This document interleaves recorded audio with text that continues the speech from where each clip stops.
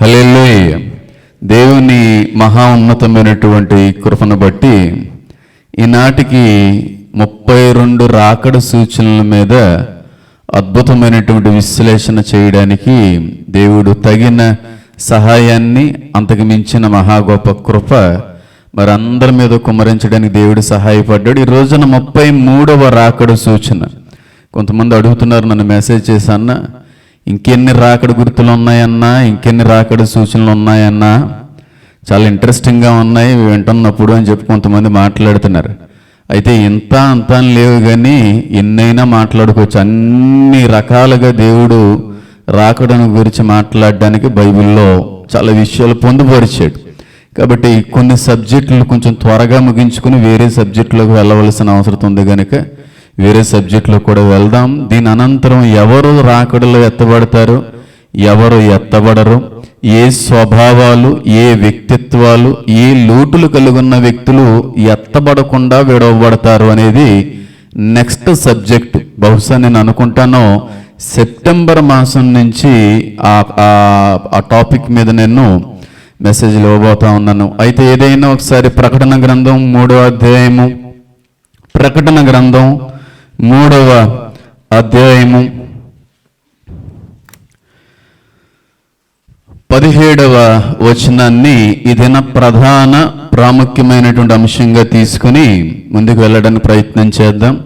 ప్రకటన గ్రంథం 3వ అధ్యాయము 17వ వచనము. నీవు దౌర్భాగ్యుడవను, దిక్కుమాలిన వాడువను, దరిద్రుడవను, గుడ్డివాడవను, దిగంబరుడవై ఉన్నావని ఎరగక నేను ధనవంతుడను, ధనవృద్ధి చేసి ఉన్నాను, నాకు ఏమీ కొదువు లేదని చెప్పుకొనుచున్నావు అనేటువంటి మాట కనబడతా ఉంది. నేను ధనవంతుడను, నేను ధనవృద్ధి చేసి ఉన్నాను, కాబట్టి నాకు ఏమీ కూడా కొదువు లేదని చెప్పుకొనుచున్నావు అనేటువంటి మాట లవదోకి అనేటువంటి సంఘాన్ని ఉద్దేశించి దేవుడు అక్కడ ప్రస్తావించే ప్రయత్నం చేశాడు. దీని గురించి నేను మాట్లాడతాను, కానీ మనం మాట్లాడుకునేది 2వ తిమోతికి రాసినటువంటి పత్రిక 3వ అధ్యాయంలో ఉన్నటువంటి విషయాలు కనుక అక్కడ ఉన్నటువంటి రాకడ సంబంధిత ఆ గుర్తుని మనం ఒక్కసారి పరిశీలించి ముందుకు వెళ్దాం. 2వ తిమోతికి రాసిన పత్రిక 3వ అధ్యాయము, 2వ తిమోతికి రాసిన పత్రిక 3వ అధ్యాయము 4వ వచనము. ద్రోహులు, మూర్ఖులు, గర్వాంధులు, దేవుని కంటే సుఖానుభవమును ఎక్కువగా ప్రేమించేవారు అని అక్కడితో ఆపాడు. ఈ వచనంలో మనం ఎప్పటికి 2 పూర్తి చేసుకున్నాం. 1 ద్రోహులు, 2 మూర్ఖులు. ఈ 4వ వచనంలో 3వ రాకడ స్వభావం, 3వ రాకడ సంబంధిత సూచన ఏ వ్యక్తిత్వాలను ఉద్దేశించి రాయబడిందంటే చెప్పండి, గర్వాంధులు అనేటువంటి వారి గురించి అక్కడ రాయబడింది. గర్వాంధులు అంత్య దినాల్లో ఏమైపోతారంట చెప్పాలి, ఎక్కువైపోతారంట. గర్వాంధులు అనేటువంటి పదానికి అసలైనటువంటి ఒక అర్థాన్ని సింపుల్గా చెప్పడానికి ప్రయత్నం చేయండి. గర్వాంధులు అనేటువంటి పదానికి అసలైన అర్థం, లేదంటే గర్వాంధులలో ఒక భయంకరమైన మహాభయంకరమైన పాపం కనబడుతుంది. ఏ పాపం అది చెప్పాలి? గర్వాంధులలో ఏది ఉండకూడనటువంటిది కనబడుతుంది అక్కడ. గర్వాంధుల్లో ఏముందండి? నెగిటివ్ వర్డ్ గర్వం కనబడుతుంది. దాని గురించి కూడా ఇంత ఇదేదో రాకెట్ సైన్స్ లాగా, ఇదేదో ఎక్కడ ఎవరికి తెలియని విషయం ఏదో పాస్టర్ గారు మాట్లాడుతున్నట్టుగా చూస్తారేటండి. అందరూ చదువుకున్న వాళ్ళే కదా, చదువు లేని వాళ్ళు అయితే ఎవరో కాదు కదా, ఇంచుమించుగా అందరూ చదువుకున్న వాళ్ళే. గర్వాంధులలో మనకు కనబడేటువంటి మొట్టమొదటి పదం ఏంటి? గర్వం. అయితే గర్వం అనేటువంటి పదానికి అర్థం ఏంటి?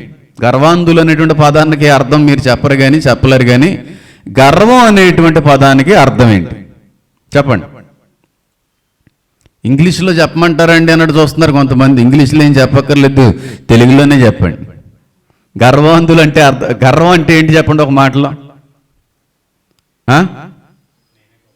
నేనే గొప్పవాణ్ణి, నాకు తిరుగు లేదు, నాకంటే గొప్ప వాళ్ళు ఎవరో నేను ఏది చెప్పిన అదే శాసనం, నాకు ఏమీ తక్కువ, నాకు అన్నీ ఉన్నాయి. ఇవన్నీ కూడా గర్వ సంబంధిత లక్షణాలే.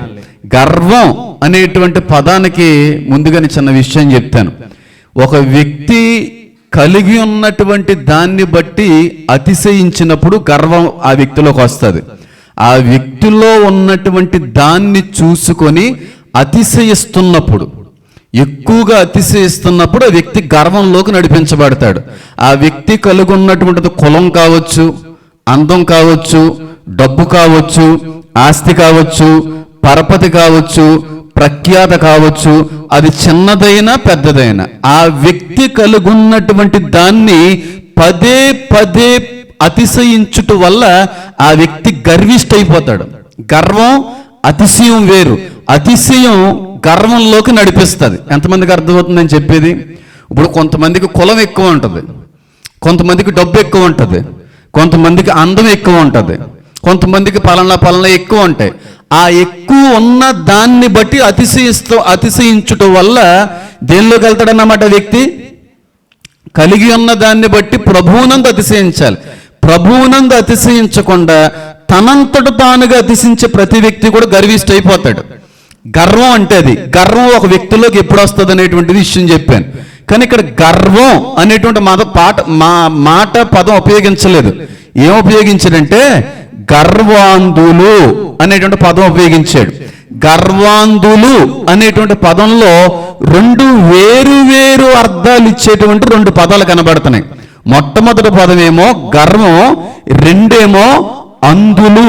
అంధులు అంటే ఎవరిని పిలుస్తారు? అందులని గురుడ్డి వారిని, కళ్ళు లేని వారిని, చూపు కోల్పోయిన వారిని, ముందు జరుగుతున్నటువంటిది ఏమీ కూడా కనబడనటువంటి స్థితిలోకి వెళ్ళిన వారిని అంధులు అంటారు.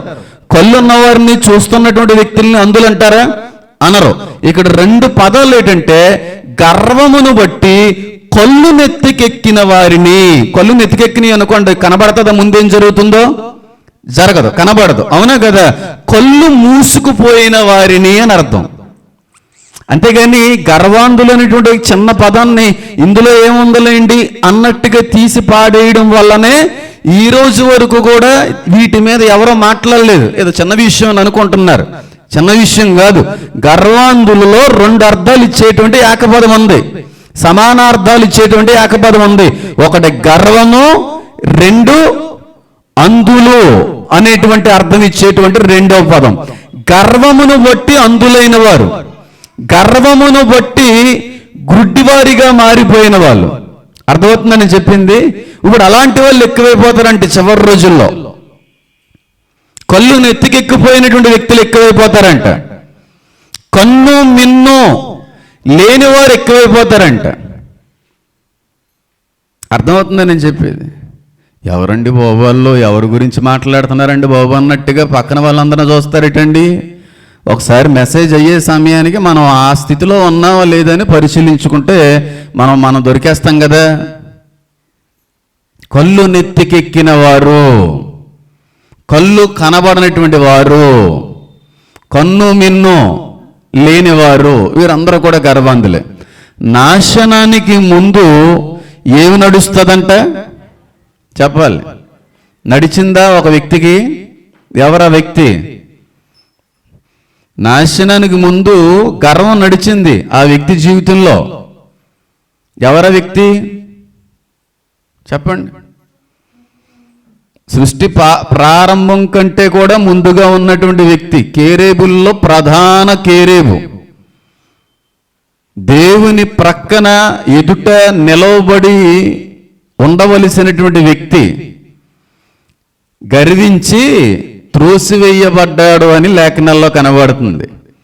సాతాను అనేటువంటి వ్యక్తి పరలోకంలో ఉండవలసిన వాడు, అపవాది అనేటువంటి వాడు, ప్రధాన దూత.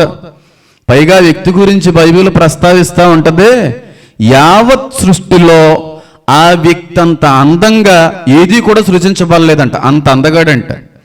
రాళ్లతో పొదిగింపబడినటువంటి ఒక సృష్టి అపవాది, లూసిఫర్. హల్లేల్ అనేటువంటి పదం, హలాల్ అని పిలుస్తూ ఉంటారు, హల్లేల్ అని కూడా పిలుస్తూ ఉంటారు. యాక్చువల్ పదం అది.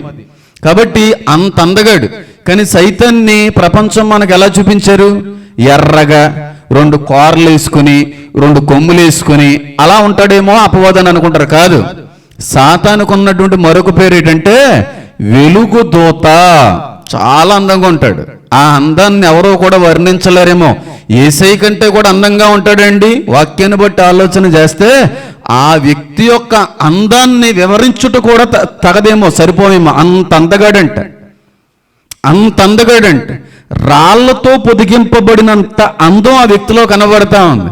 కాబట్టి సాతాను అందహీనుడిగా వికార ముఖం కవలికలు కలిగి ఉన్నటువంటి వ్యక్తిగా ఉంటాడని అనుకోకండి. సాతాను అపవాది పాపం ఇప్పుడు కూడా ఒక మనిషికి అందంగానే కనబడతాది. అందంగా వచ్చే ప్రతీది కూడా మంచిగా, దాని వెనకాల ఎక్కువగా చీకటి ఉంటుంది, పాపం ఉంటుంది, అపవాది యొక్క ఆలోచన ఉంటుంది. కాబట్టి అలాంటి అందగాడు కూడా కిందకి ఏం చేయబడ్డాడు? త్రోసివేయబడ్డాడంట. వారి యొక్క స్థానం కోల్పోయాడు అంటాడు. ఇదే తిమోతికి రాసినటువంటి పత్రికల్లో పౌలు. అలాంటి గర్విష్టిగా మీరు మారకూడదు అనేటువంటి ప్రస్థానం కూడా ఉంటుంది. సరే, అది ఆ మాట కూడా చూసేసి ముందుకెళ్ళిపో. అదే మొదటి తిమోతి 2 తిమోతి కదా, మొదటి తిమోతి 3వ అధ్యాయం చూడండి ఒకసారి. అదే మొదటి తిమోతి 3వ అధ్యాయం 6వ వచనం. అతడు గర్వాంధుడై అపవాదికి కలిగిన శిక్షావిధికి లోబడకుండానట్లు క్రొత్తగా చేరిన వాడే ఉండకూడదు. గర్వాంధుడై అపవాదికి కలిగిన శిక్షావిధికి లోబడుకుంటున్నట్లు క్రొత్తగా చేరిన వాడే ఉండకూడదు. అపవాదికి ఏమొచ్చిందంటే గర్వం వచ్చిందంట. దాన్ని బట్టాడు శిక్షకు లోనయ్యాడు అనేటువంటి విషయం కూడా అక్కడ కనబడుతుంది. అంత్యదినాల్లోనంటండి గర్విష్ఠులు ఎక్కువైపోతారంట.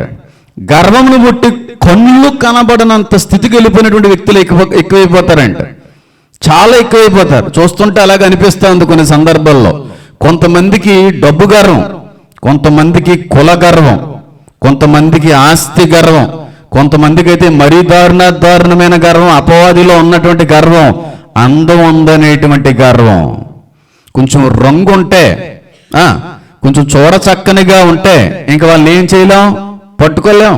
కొన్నిసార్లు అనిపిస్తూ ఉంటుంది, కొన్నిసార్లు అద్దం కానీ ఇంట్లో పేలిపోతుందేమో, కొన్ని రోజులకి చూసి చూసి చూసి అద్దం అంత ఉబ్బిపోతుందేమో, అద్దం అంత ముక్కలైపోతుందేమో అని అనిపిస్తూ ఉంటుంది. ఎందుకంటే ఇంక 24 గంటలు అద్దం ముందు కూర్చొని, బాబోయ్ ఏం సృష్టించావయ్యా నన్ను, ఆ ముక్కు చూడవయ్యా, ఆ కళ్ళు చూడవయ్యా నాయన అన్నట్టుగా అపవాది కూడా అందాన్ని చూసే కదా గర్వించాడు. ఇప్పుడు కూడా అందాన్ని చూసి గర్వించకండి, నాలాంటి స్థితిలోకి పడిపోతారు. నేను కూడా ఒకానొక సమయంలో అలా గర్వించిన వ్యక్తినే. ప్రతిరోజు కూడా అందాన్ని చూసి మురిసిపోయిన వ్యక్తిగానే ఉండేవాడిని. కానీ ఎక్కడ కొట్టాడంటే మళ్ళీ జీవితంలో కోలుకోలేనంత దెబ్బ కొట్టేశాడు. ఇక్కడ నా ముఖాన్ని నేను చూసుకున్న ప్రతిసారి కూడా ఈ గాయాన్ని బట్టి నేను ఎంతో బాధపడతా ఉంటాను. ఈ గాయం కలిగేటువంటి 2 రోజుల ముందు చాలా గర్వించాను. ఎప్పుడు కూడా అందాన్ని బట్టి గర్వించకూడదు, దేవుడిచ్చిన ఆకృతిని బట్టి గర్వించకూడదు. దేవుడు ఎక్కడ కొట్టాలో అక్కడ కొట్టేస్తాడు, దాన్ని కొట్టేస్తాడు. జాగ్రత్త. చాలా పెద్ద సాక్ష్యం అదంతా కూడా. ఎప్పుడైనా సందర్భం వచ్చినప్పుడు వాటి మీద నేను మాట్లాడడానికి ప్రయత్నం చేస్తాను. కాబట్టి ఈ అంత్య దినాల్లోనంట, ఆఖరి దినాల్లోనంట గర్వాంధులు ఎక్కువైపోతారంట. గర్వమును బట్టి కళ్ళు మూసుకుపోయి నడిచేటువంటి వ్యక్తులు ఎక్కువైపోతారు.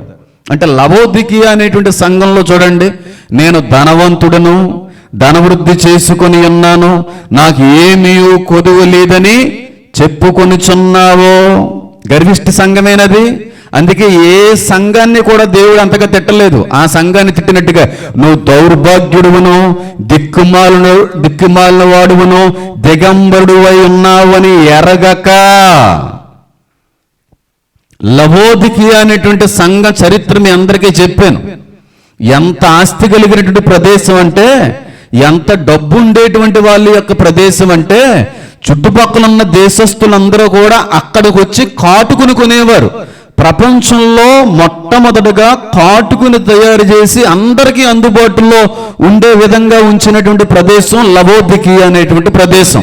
డబ్బు ఇంకా మహారాణులు వచ్చేవారు, మహారాజులు వచ్చేవారు, కాటుకు కోసం వచ్చేవారు. ఐగుప్తు కాలం నుంచి కూడా ఉందలేండి, కాటుకు కాదనట్లేదు. అది మనకు సంబంధించింది కాదు. అందుకే మీరు కానీ పిల్లిని చూశారు అనుకోండి, పిల్లి యొక్క కన్ను ఐగుప్తుల యొక్క మహారాణుల యొక్క కన్ను ఒక విధంగా ఉంటుంది. మీరు ఎప్పుడన్నా చూడండి, ఆ బ్రాడ్ ఐస్ ఉంటాయి. అదంతా కూడా చెప్తే కొంతమందికి ఇబ్బందిగా ఉంటుంది. నేను అన్ని మాట్లాడాలనుకోవట్లేదు. నాకు అర్థమైనట్టుగా అందరికీ అర్థం కాదు కనుక కొన్ని విషయాలు మాట్లాడకపోవడమే మంచిది. దాని వెనకాల ఉన్న చరిత్ర కావచ్చు, అది అలా రావడంలో ఉన్నటువంటి ఉద్దేశం కావచ్చు, చాలా ఉంది దాని గురించి. అజాజేల్ అనేటువంటి వ్యక్తి అనే పడద్రోయబడిన దేవదూతల నేర్పించాడు ఈ కాటుకులు, ఈ ఆభరణాలు, ఈ అందాన్ని మెరుగుపరుచుకునేటువంటి విధానాలు, ఇవన్నీ కూడా నేర్పింది అజాజేలే, పడద్రోయబడిన దేవదూత. ఐగుప్తీలందరూ కూడా వాళ్ళని ఆరాధించేవారు. పడద్రోయబడిన దేవదూతల్లో ఏలియన్సే వారు దేవుళ్ళు. ఒక మాటలో చెప్పాలంటేనే ఏలియన్సే వారు దేవుళ్ళు. అది ఆనాటి నుంచి ఈనాటి వరకు కూడా అవే దేవుళ్ళు కొనసాగుతున్నాయి. అయితే తరతరానికి చాలా రోజులకి పేర్లు మారబడ్డాయి అంతే, పేర్లు మారబడ్డాయి అంతే. సేమ్ దేవుళ్ళు ఇప్పటికే కొనసాగుతున్నాయి. కాటుకు అమ్మేదంట లవదోకి అనేటువంటి సంఘం, బాగా డబ్బు సంపాదించేది.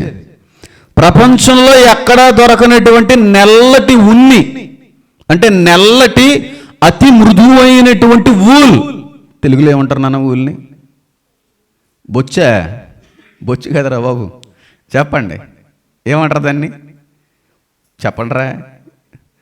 ఉన్నిని ఏమంటారు? ఊల్ని ఏమంటారు? ఊల్ని ఏమంటారండి? స్వెటర్లు ఏముంటాయి కదా, తెలుగులో ఏమంటారు వాటిని? మీరు నాకట్ట జ్ఞానులరా నాన్న. ఏదో అంటారు, గొర్రెబొచ్చు కూడా ఏమంటారండి? నన్ను అడక్కండి బాబు అన్నాడు, చూస్తున్నాడు ఏంటి. ఏదో అంటారు. ఆ ఊలు బ్లాక్ కలర్ ఊలు, అతి సాఫ్టెస్ట్ ఊలు లవదోకీలోనే దొరికేది. ఆ గొర్రెలన్నీ నెల్లగా ఉండేవి, అక్కడ ఉన్నటువంటి కొండ మీద మాత్రమే తిరిగేవి, అక్కడ ఉన్నటువంటి గడ్డినే మేసేవి. అంత ఖరీదైనటువంటి ప్రాంతంలో ఉన్నటువంటి వ్యక్తులు మాట్లాడుతున్న మాట ఏంటంటే, ఇదిగో వాళ్ళ గురించి కూడా మాట్లాడతాడు. నీ కళ్ళుకు చూపు కలిగినట్లుగా నా దగ్గర కాటుకును కొనుక్కో అంటాడు. ఎందుకన్నాడు? అక్కడ మాత్రమే దొరికేది ఆ కాటుక. ఇదంతా కూడా చరిత్ర. ఎన్ని సందర్భాల్లో ఎన్నిసార్లు చెప్పుకొని వచ్చానంటే ఇటు చరిత్ర అన్నిసార్లు చెప్పుకున్నాను. కాబట్టి నేను ధనవంతుడను, ధనవృద్ధి చేసి ఉన్నాను, నాకు ఏమీ కొదువు లేదని చెప్పుకొనిచున్నావు గనుక దేవుడు మాత్రం ఆ ధనవంతుని, ఆ ధనవృద్ధి చేసి ఉన్న వ్యక్తిని మాట్లాడుతున్నాడు. నువ్వు దిగంబరుడివి, నువ్వు దరిద్రుడివి, నీవు గుడ్డువాడివి. కాబట్టి నా నోట నుంచి నిన్ను ఏం చేయబోతున్నాను? ఉమ్మునే ఉద్దేశించుచున్నాను అనేటువంటి మాట కనబడుతుంది. కాబట్టి చివరి రోజుల్లోనంటండి గర్వంతులు ఎక్కువైపోతారు. వారు కలిగి ఉన్నటువంటి దాన్ని బట్టి కళ్ళు నెత్తికెక్కిపోతాయంట కొంతమందికి. అది ఏ రకాలైనటువంటి కారణాల బట్టి అయినా అవ్వచ్చు. ఈ గర్వంతులు బయట ఉన్నారు అంటే పెద్ద విషయం కాదు, కానీ క్రైస్తవ సమాజంలో కూడా ఈ గర్వంతులు ఎక్కువైపోయారు ఈ మధ్యకాలంలో. నేను చూస్తున్నాను. నేను బయటికి వెళ్ళినటువంటి కారణాలను బట్టి ఇవన్నీ కూడా నాకు కనబడుతున్నాయి. లేకపోతే ఇవన్నీ నాకు కనబడకపోతున్నాయేమో.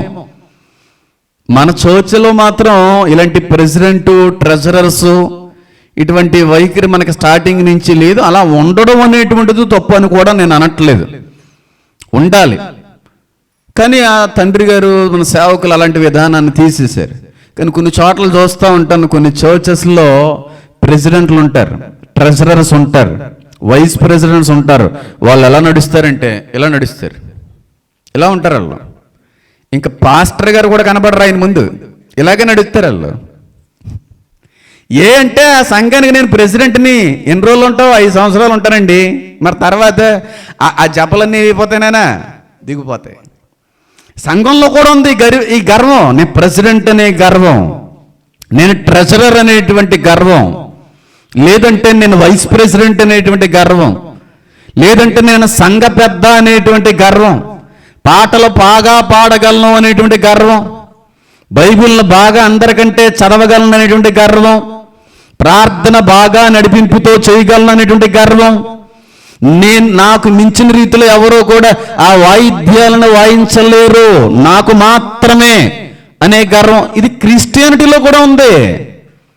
క్రిస్టియానిటీలో ఉంది. మీరు నమ్మండి నమ్మకపోండి.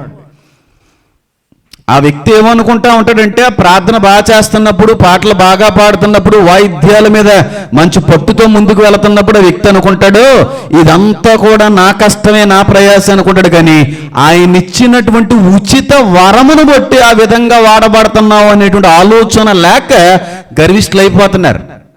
కొంచెం టాలెంట్ పెరిగిన తర్వాత రేట్లు పెంచేస్తున్నారు. క్రిస్టియానిటీలో కూడా కీబోర్డ్ ప్లేయర్స్ కావచ్చు, గిటారిస్టులు కావచ్చు, సింగర్స్ కావచ్చు. ఒకప్పుడు లేదు ఇది. ఎవరెప్పుడు పిలుస్తారా బాబు, ఎప్పుడు పాడడానికి అవకాశం వస్తుందిరా బాబు, స్టేజ్ ఎప్పుడు ఇస్తే బాగుంటుందిరా బాబు అని చూసిన తరాన్ని నేను చూసి ఎదిగాను. కానీ ఈ రోజుల్లో ఎలా ఉందో చెప్పమంటారా? ఒక వ్యక్తి బాగా పాటలు పాడేటువంటి వరాన్ని పొందుకుంటే నాకంటే ఇంకెవరూ కూడా బాగా పాడలేరని అనుకుంటాడు ఏంటో తెలియదు, కానీ ఆ వరానికి కాస్ట్ పెడుతున్నాడు, ఆ వరానికి రేటు పెడుతున్నాడు.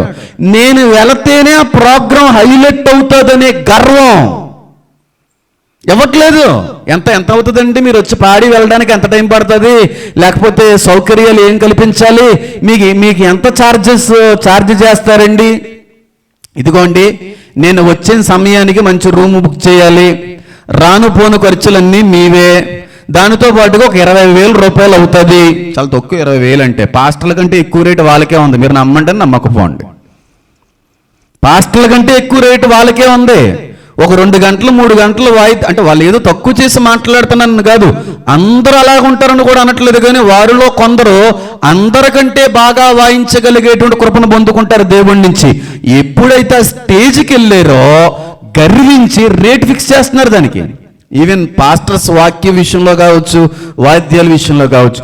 ఎందుకు రేటు ఫిక్స్ చేస్తున్నారంటే, నేను వస్తే జనం వస్తారు, నేను వస్తే ప్రోగ్రాం హైలైట్ అవుతుంది, నన్ను ఎంత పెట్టైనా సరే పిలుచుకుంటారు, ఎందుకంటే నా వాక్యం బాగుంటుంది. ఇది గర్వం కాదా? ఒకప్పుడు జనరేషన్లో ఇలాంటివి ఏమన్నా చూసానా? చూడలేదు నేను. తాతయ్య గారు కేరళ నుంచి పాస్టర్లను తీసుకుని వచ్చేవారు.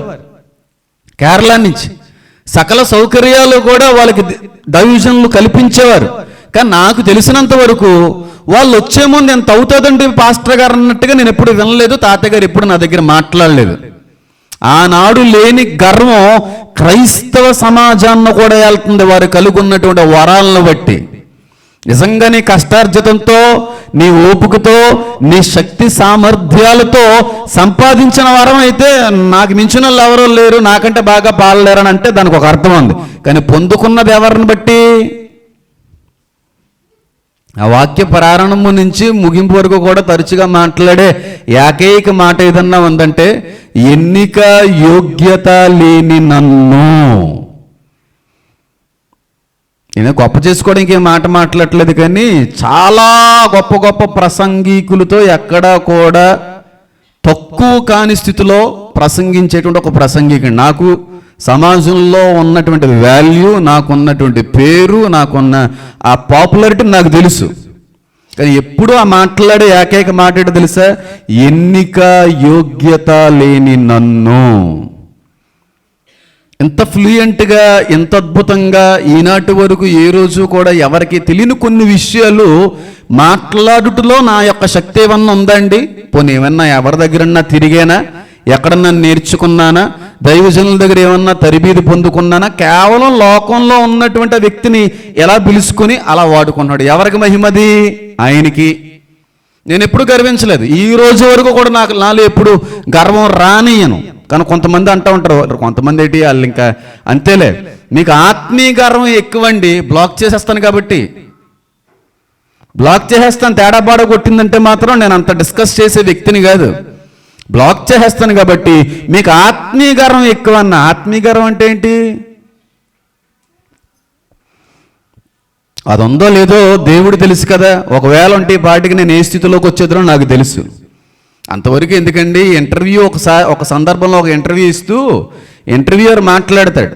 ఏమనంటే అందరు పాస్టర్ల గురించి మాట్లాడి, పాస్టర్ హేమన్ గురించి మీరు ఏం చెప్పాలనుకుంటారు నన్ను అడిగితే నేను చెప్పిన మాట ఏంటంటే, ప్రస్తుతం కనబడుతున్నటువంటి అనేక మంది సేవకులు, అతి చిన్న సేవకుల్ని చెప్పుకొని వచ్చాను, లైవ్లో మాట్లాడిన వ్యక్తిని. మరి ఆత్మీయ గారు ఏం కనబడిందో ఆ సిస్టర్ గారిలో నాకు తెలియదు, బ్లాక్ చేశానన్న బాధేమో. గర్వం కొంతమందికి, తలాంతులను బట్టి గర్వం, పాటలు పాడతాననే గర్వం, వాక్యం బాగా చెప్పగలననేటువంటి గర్వం. ఏమండి, ఈ రోజు వరకు నేను చెప్తున్నాను, అప్పుడు కూడా చెప్తున్నా, దేవుడు ఒకానొక సందర్భంలో ఇక్కడ ఇలా నిలబెట్టి వదిలేశాడు. ఆయన వాడుకోకపోతే, నడిపించకపోతే ఎలాంటి వాడైనా న్యూట్రల్ అయిపోతాడు. నేను అనుభవించాను. ఈ 7 ఇయర్స్లో ఒకసారి నేను అనిపించాను, దేవుడు నడిపించకపోతే, దేవుడి చోట వదిలేస్తే ఎలా ఉంటుందో అనిపించిన వ్యక్తిని. అయ్యి బాబోయ్, చచ్చిపోవాలనిపిద్దండి, చచ్చిపోవాలనిపిద్దే. నిజంగా చెప్తున్నాను, దేవుడు నడిపించకపోతే. అప్పుడు అర్థమైంది, అమ్మ బాబోయ్, చచ్చిపోయేంత వరకు కూడా నేను ఎవరి మీద ఆధారపడాలి? ఆయన మీదే. నాకు వరం ఉంది అనేటువంటి గర్వం రాకుండాన్నట్లుగా దేవుడు ఎప్పటికప్పుడు నన్ను నియంత్రిస్తున్నాడు. పౌలు యొక్క వెముకలో, ఆ ప్రక్కలో ముళ్ళుంచినట్టుగా దేవుడు పెట్టాడు. అలాగా దేవుడి మీద ఆధారపడేటువంటి వ్యక్తిగా. ఒకవేళ నేను నేర్చుకుని అక్కడ తెలుసుకున్న వ్యక్తిని అయితే, దేవుడితో నాకు సంబంధం ఏముందో, నేను నేర్చుకున్న టాలెంట్లు నా దగ్గర ఉన్నాయని అనుకుందునేమో. అలాంటి గర్వం. అయితే ఈ రోజుల్లో అలాంటి గర్వాలు ఎక్కువైపోయినాయి అంటే ఖచ్చితంగా ఎక్కువైపోయినాయి. మీరు ఒకసారి అదే తిమోతికి రాసినటువంటి పత్రిక, మొదటి పత్రిక 6వ అధ్యాయం ఒకసారి చూద్దాం. చూడండి, ఈ చివరి దినాల్లో ఇలాంటి వారు ఎక్కువ అవుతున్నారా లేదనేటువంటి విషయాన్ని కూడా మీ అందరికీ అర్థవంతంగా చూపించే ప్రయత్నం చేస్తాను. తిమోతికి రాసినటువంటి మొదటి పత్రిక 6వ అధ్యాయం అంతా కూడా 2 విషయాల గురించే ప్రస్తావించబడుతుంది. రెండు విషయాలు. ఒకటి ధనపేక్ష గురించి, రెండోది వ్యర్థమైనటువంటి డిబేట్స్ కోసం ప్రస్తావించినటువంటి అధ్యాయం అది. మొదటి తిమోతికి రాసినటువంటి పత్రిక 6వ అధ్యాయం చూడండి, 4వ వచనం. వాడు ఏమి 3వ వచనం నుంచి చదువుతున్నాను. ఆ బ్లాక్ నుంచి మాట్లాడితే బాగుంటుంది. ఎవడైనను మన ప్రభువైన యేసుక్రీస్తు యొక్క హితవాక్యములను, దైవభక్తికి అనుగుణమైన బోధను అంగీకరింపక భిన్నమైన బోధను ఉపదేశించిన ఎడల వాడు ఏమీ ఎరగక తర్కములను గూర్చియు వాగ్వాదములను గూర్చియు వ్యర్థముగా ప్రయాసపడుచు ఏమైపోతాడంట? గర్వాంధుడైపోతాడంట. ఎవరి గురించి మాట్లాడుతున్నాడంటే, అపోస్తలుడు పౌలు క్రైస్తవులను ఉద్దేశించి మాట్లాడుతున్నాడు. కొంతమంది ఉంటారంట, వారికి ఏమీ తెలియదు, కానీ సత్యవాక్యానికి వ్యతిరేకంగా మాట్లాడుతుంటారు. వాళ్ళు గర్విష్ఠులు అయిపోతారండి. వాస్తవానికి వాడికి ఏమీ తెలియదు, వాడికి 0 నాలెడ్జ్ అడిగి. కానీ వాడు అనుకుంటా ఉంటాడంట, నాకు తెలిసిందే రైటు, నాకు అనిపించిందే రైటు, నాకు అర్థమైందే రైటు అనే భావంలోకి వెళ్ళిపోవడం వల్ల సత్యవాక్యాన్ని ఉపదేశించేటువంటి వ్యక్తి కూడా ఆ వ్యక్తికి ఎలా కనబడతాడంట? లేదు తప్పు మాట్లాడుతున్నట్టున్నారేంటి పాస్టర్ గారు, నాకు అర్థమైనట్టుగా ఆ వ్యక్తికి అర్థం కాలేదా? ఇదేంటి నాకు అర్థమైంది ఆయనకి వ్యతిరేకంగా అర్థమవుతుందేంటి అని చెప్పి సత్యవాక్యాన్ని ఉపదేశించే వ్యక్తినే తప్పు పట్టేటువంటి గర్వాంతులు ఎక్కడుంటారు? క్రైస్తవ్యంలో ఉంటారు. వాడికి ఏమీ తెలియదు. ఇంతకీ అక్కడ రాయబడం చూడండి, వాడికి ఏమీ ఎరుగక, వాడికి ఏమీ తెలియదు, కానీ వాడు అనుకుంటా ఉంటాడు నాకంతా తెలుసు, వాక్యం నాకంటే ఎవరికి బాగా తెలియదు, నాకు అర్థమైనంతగా వాక్యం ఎవరికి అర్థం కాదు, నాకు తెలిసిన ఆత్మీయ అర్థాలు ఎవరికి తెలియదు అనుకుంటాడు. ఏంటో ఎవరైనా సత్యవాక్యాన్ని ఉపదేశించే సమయంలో కూడా ఈ వ్యక్తికి ఉన్నటువంటి గర్వాన్ని బట్టి, ఈ వ్యక్తి కంటే గొప్పగా మాట్లాడుతున్న కారణాన్ని బట్టి ఆ వ్యక్తి చెప్పేది రాంగ్ అండి అనే వ్యక్తులు ఉంటారంట. వారు గర్వాంధులు అయిపోతారంట. చూడండి, నేను మాట్లాడుతుంది కదమ్మా, బైబిల్ చెప్తుంది ఆనాటి కాలంలోనే ఉన్నారు, ఈనాటి కాలంలో ఉన్నారు. నేను చూశాను ఈ మధ్యకాలంలో మరీ ఎక్కువగాని. వాడికి ఏమీ తెలీదు, తెలిసిందేమో గోరంత, తెలియాల్సింది కొండంత. ఈ గోరంత తెలిసినోడు కొండంత తెలిసినోడిని ప్రశ్నిస్తూ ఉంటాడు. వాడు మాట్లాడే తప్పన్నట్టుగా డిబేట్ చేయడానికి ప్రయత్నిస్తూ ఉంటాడు.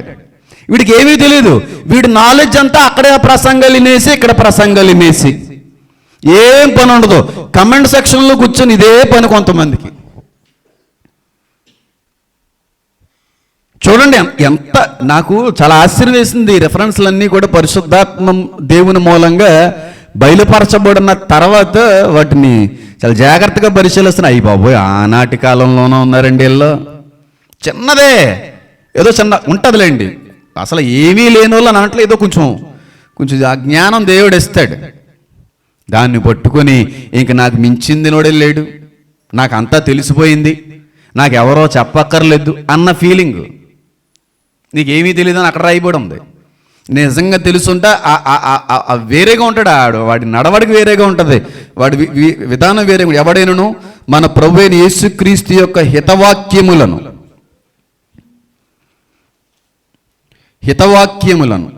అక్కడ ఫుట్ నోట్లో ఏమనుంది? హితవాక్యములు అనగా ఆరోగ్యవంతమైన, అంటే ఒక మనిషికి ప్రయోజనకరమైన, ఒక వ్యక్తికి ఆత్మీయ మేలులు కలిగించేటువంటి వాక్యాన్ని ఉపదేశించేటువంటి, దైవభక్తికి అనుగుణమైన బోధన అంగీకరింపగా భిన్నమైన బోధన ఉపదేశించిన ఎడల వాడు ఏమీ ఎరుగక తర్కముల గురించి వాగ్వాదముల గురించి వ్యర్థముగా ప్రయాసపడుచు గర్వంతుడుగును.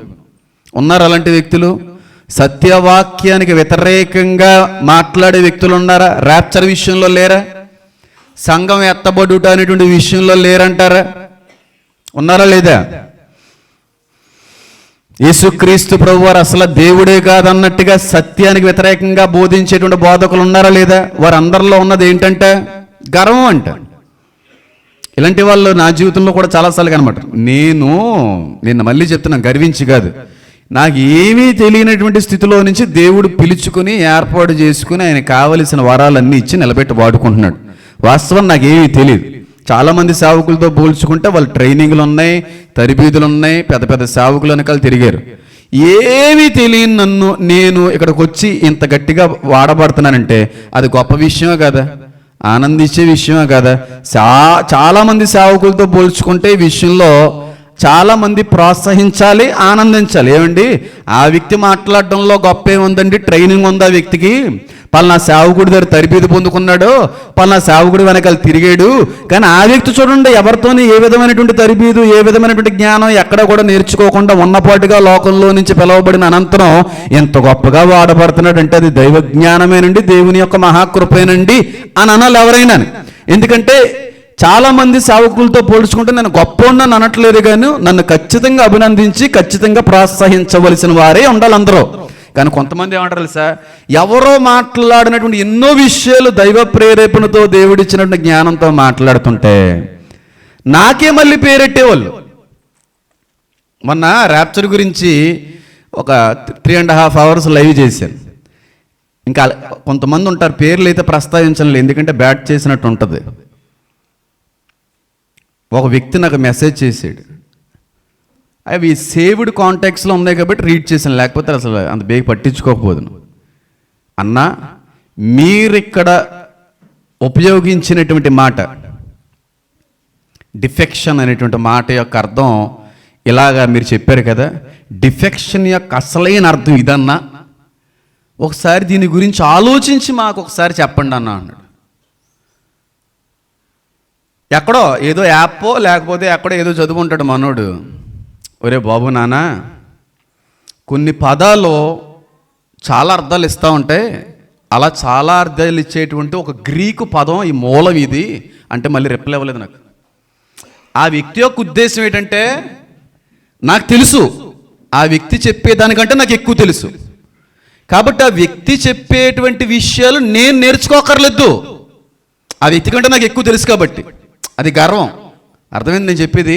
ఇప్పుడు గర్విష్ఠుడు ఎలా ఉంటాడంటే ఒక వ్యక్తి చెప్పేటువంటిది అంగీకరించకపోగా ఆ వ్యక్తి చెప్పేది నేను ఎందుకు వినాలి, ఆ వ్యక్తి చెప్పేటువంటిది నేను ఎందుకు నమ్మాలి, ఆ వ్యక్తి కంటే నేను గొప్పవాడిని కదా, ఆ వ్యక్తి దగ్గర నేను నేర్చుకోవడం ఏంటి అనే గర్వం సత్యవాక్యాన్ని ప్రశ్నించే విధంగా మార్చేస్తుంది ఒక వ్యక్తిని. ఇలాంటి వ్యక్తులు ఉన్నారని అక్కడ రాశాడు. ఆ కింద వచ్చిన వాళ్ళండి మాట్లాడితే అనవసరంగా వాదించేటువంటి వ్యక్తులతో వాదించకండి, వ్యర్థమైన డిబేట్లకి పోకండి అని కూడా ఉంది అక్కడ. ఒకవేళ వెళ్ళినా ఎలా మాట్లాడాలనేటువంటి విషయం కూడా అక్కడ రాయబడి ఉంది. చూడండి 11వ వచనం, దైవజనుడా నీవైతే వీటిని విసర్జించి నీతిని, భక్తిని, విశ్వాసమును, ప్రేమను, ఓర్పును, సాత్వికమును సంపాదించుకున్నట్టుకు ప్రయాసపడు. ఏముండాలంటే సాత్వికమును సంపాదించడానికి ప్రయాసపడు. చాలా కష్టం, సాత్వికంగా మాట్లాడడం అనేది చాలా కష్టం. పైగా బైబిల్ వ్యతిరేకులు ఎదురుగా కూర్చున్నప్పుడు, క్రీస్తును వ్యతిరేకించేటువంటి భావజాలం కలిగి ఉన్నప్పుడు చాలా భయంకరమైన అసహ్య పదజాలన్నీ ఉపయోగిస్తున్నప్పుడు కూడా వ్యక్తితో సాత్వికంగా మాట్లాడాలంటే కష్టం. ఒకవేళ అలాంటి పరిస్థితులు వస్తే నువ్వేం చేయాలి? ప్రయాసపడాలి. అలా ప్రయాసపడిన కారణాన్ని బట్టి కూడా కొంతమంది దగ్గర నేను బ్యాడ్ డే ఉతికి ఆరేసేయాలి. మన దేవుడు నన్ను మాటలు అంటుంటే మీరు వాళ్ళ దేవుళ్ళ గురించి ఎందుకు మాట్లాడలేదు పాస్టర్ గారు? వాళ్ళ గ్రంథాల్లో ఉన్న విషయాలు బయటికి తీసుకుని వచ్చి మాట్లాడాలి కదా. వాక్యం తెలిస్తే అలా మాట్లాడరు ఎవరుని. వాక్యం తెలియక అక్షర జ్ఞానం మాత్రమే, ఆత్మీయ జ్ఞానం లేక పాస్టర్ గారులను కూడా ప్రశ్నించేసి, పాస్టర్ గారులను కూడా ఎదిరించేసి, పాస్టర్ గారును కూడా వేలెత్తి చూపించే గర్వంతులు క్రైస్తవ సమాజంలో ఉన్నారు. తప్పేం కాదు. నీకు ఇచ్చిన జ్ఞానాన్ని బట్టి నిజమే, నీలో జ్ఞానం ఉంది, చాలా ఈజీగా గ్రాస్ప్ చేయగలిగే జ్ఞానం ఉంది, ఈజీగా అర్థం చేసుకుని, అంతే. అంతకు మించి నువ్వు ఓవర్గా ఫీల్ అయిపోయి నేను ఎవరి దగ్గర నేర్చుకోవడం అన్నట్టుగా సత్యాన్ని కూడా నువ్వు అంగీకరించకపోగా వాళ్ళని ప్రశ్నించి వేలెత్తే చూపించే వ్యక్తులైతే నీలో గర్వాంధ లక్షణం ఉందని వాక్యం సెలవేస్తుంది. ఈ మధ్యకాలంలో ఉన్నాయా లేదా? 100% ఉన్నారు.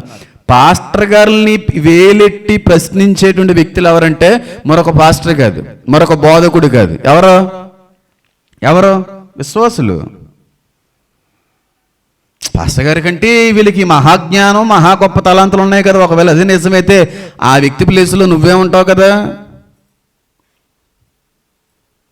ఆ వ్యక్తి ప్లేసులో నువ్వే ఉంటావు కదా. నిన్న ఒక సేవకుడిగా వాడుకుందని కదా దేవుడు. ఒకవేళ ఉంటే ఇప్పుడు యూట్యూబ్ మాధ్యమంగా మంచి పేజ్ ఓపెన్ చేసుకుని, ఒక ఛానల్ ఓపెన్ చేసుకుని ఆ జ్ఞానాన్ని అక్కడ ప్రదర్శించడంలో తప్పేమీ లేదు. అంతేగాని ఒక వ్యక్తికి అర్థమైంది అదే నిజం అన్న విధంగా నిజం చెప్పేటువంటి వ్యక్తుల మాటలను అంగీకరించలేక వాళ్ళని తప్పుపడుతుంటారు. వాళ్ళు గర్వంతులు. ఇప్పుడు నేను ర్యాప్చర్ గురించి మాట్లాడుతూ సంఘం శ్రమలలో ఉండదు అనేటువంటి విషయాన్ని చాలా సందర్భాల్లో ఎత్తి చూపాను. కానీ కొంతమంది ఏమంటారంటే లేదు లేదు లేదు సంఘం శ్రమల్లో ఉండాలి అని చెప్పి మూర్ఖవాదన చేసే గర్వాంధులు. ఆ గర్వాంధుల్లో ఉండేటువంటి ప్రధాన లక్షణం ఏంటంటే సత్యాన్ని వాళ్ళు అంగీకరించలేరు. సత్యాన్ని ఏ విధంగా అంగీకరించలేదు. నాకు అర్థమైంది, ఎందుకంటే తప్పేనండి, మాకు తప్పుగా అర్థమైందండి, ఇప్పటి వరకు తప్పుగా అర్థం చేసుకున్నామండి అనేటువంటి తగ్గింపు వాళ్ళలో ఉండదు. ఎందుకంటే బ్యాడ్ అయిపోతామని. కాబట్టి ఇప్పుడు నాకు తప్పు అయిందండి, తప్పుగా అర్థమైందండి చెప్తే ఎక్కడ బ్యాడ్ అయిపోతామని అసత్యం మీద గట్టిగా నిలబడే వ్యక్తులు వాళ్ళు గర్వాంధులు. ఉన్నారా ఈ రోజుల్లో? లేరా? 100% ఉన్నారు. 100% ఉంది. ఎంతమంది ఉన్నారు. ఎక్కువగా మాట్లాడితే వ్యక్తిగత దూషణలోకి నడిపించే అవకాశం ఉంది కనుక నేను మాట్లాడాలనుకోవట్లేదు. తెలుసు వాళ్ళకే, తెలిసి కూడా నా మాటను నమ్మి ఎంతమంది నిలబడ్డారు కనుక వారి దగ్గర నేను బ్యాడ్ అవ్వకూడదని దిద్దుబాటుల్లోకి రాకుండాని మనసు కలిగి ఉన్న గర్వాంధులు. ప్రశ్నించకూడదా పాస్టర్ గారిని? 100% ప్రశ్నించాలి. 100% ప్రశ్నించాలి. వాక్య వక్రీకరణ జరిగితే ఇదేంటండి పాస్టర్ గారు ఏ విధంగా రాయబడితే మీరు ఈ విధంగా బోధిస్తున్నారు ఏంటని ప్రశ్నించవచ్చు.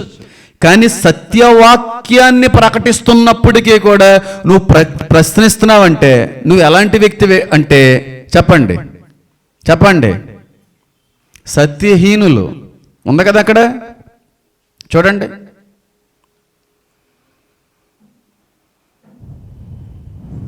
చదువుతున్నాను. దేవుని నామమైన బోధను దూషింపకుండానట్లు దాసత్వమును కాడి క్రింద ఉన్నవారందరూ తమ యజమానులు పూర్ణమైన ఘనతకు పాత్రులను ఎంచవలను. తన యజమానులను పూర్ణమైన ఘనతకు అర్హులని ఎంచాలంట. అంటే విశ్వాసులు సేవకుడి పట్ల ఎలాంటి ఆలోచన కలిగి ఉండాలి?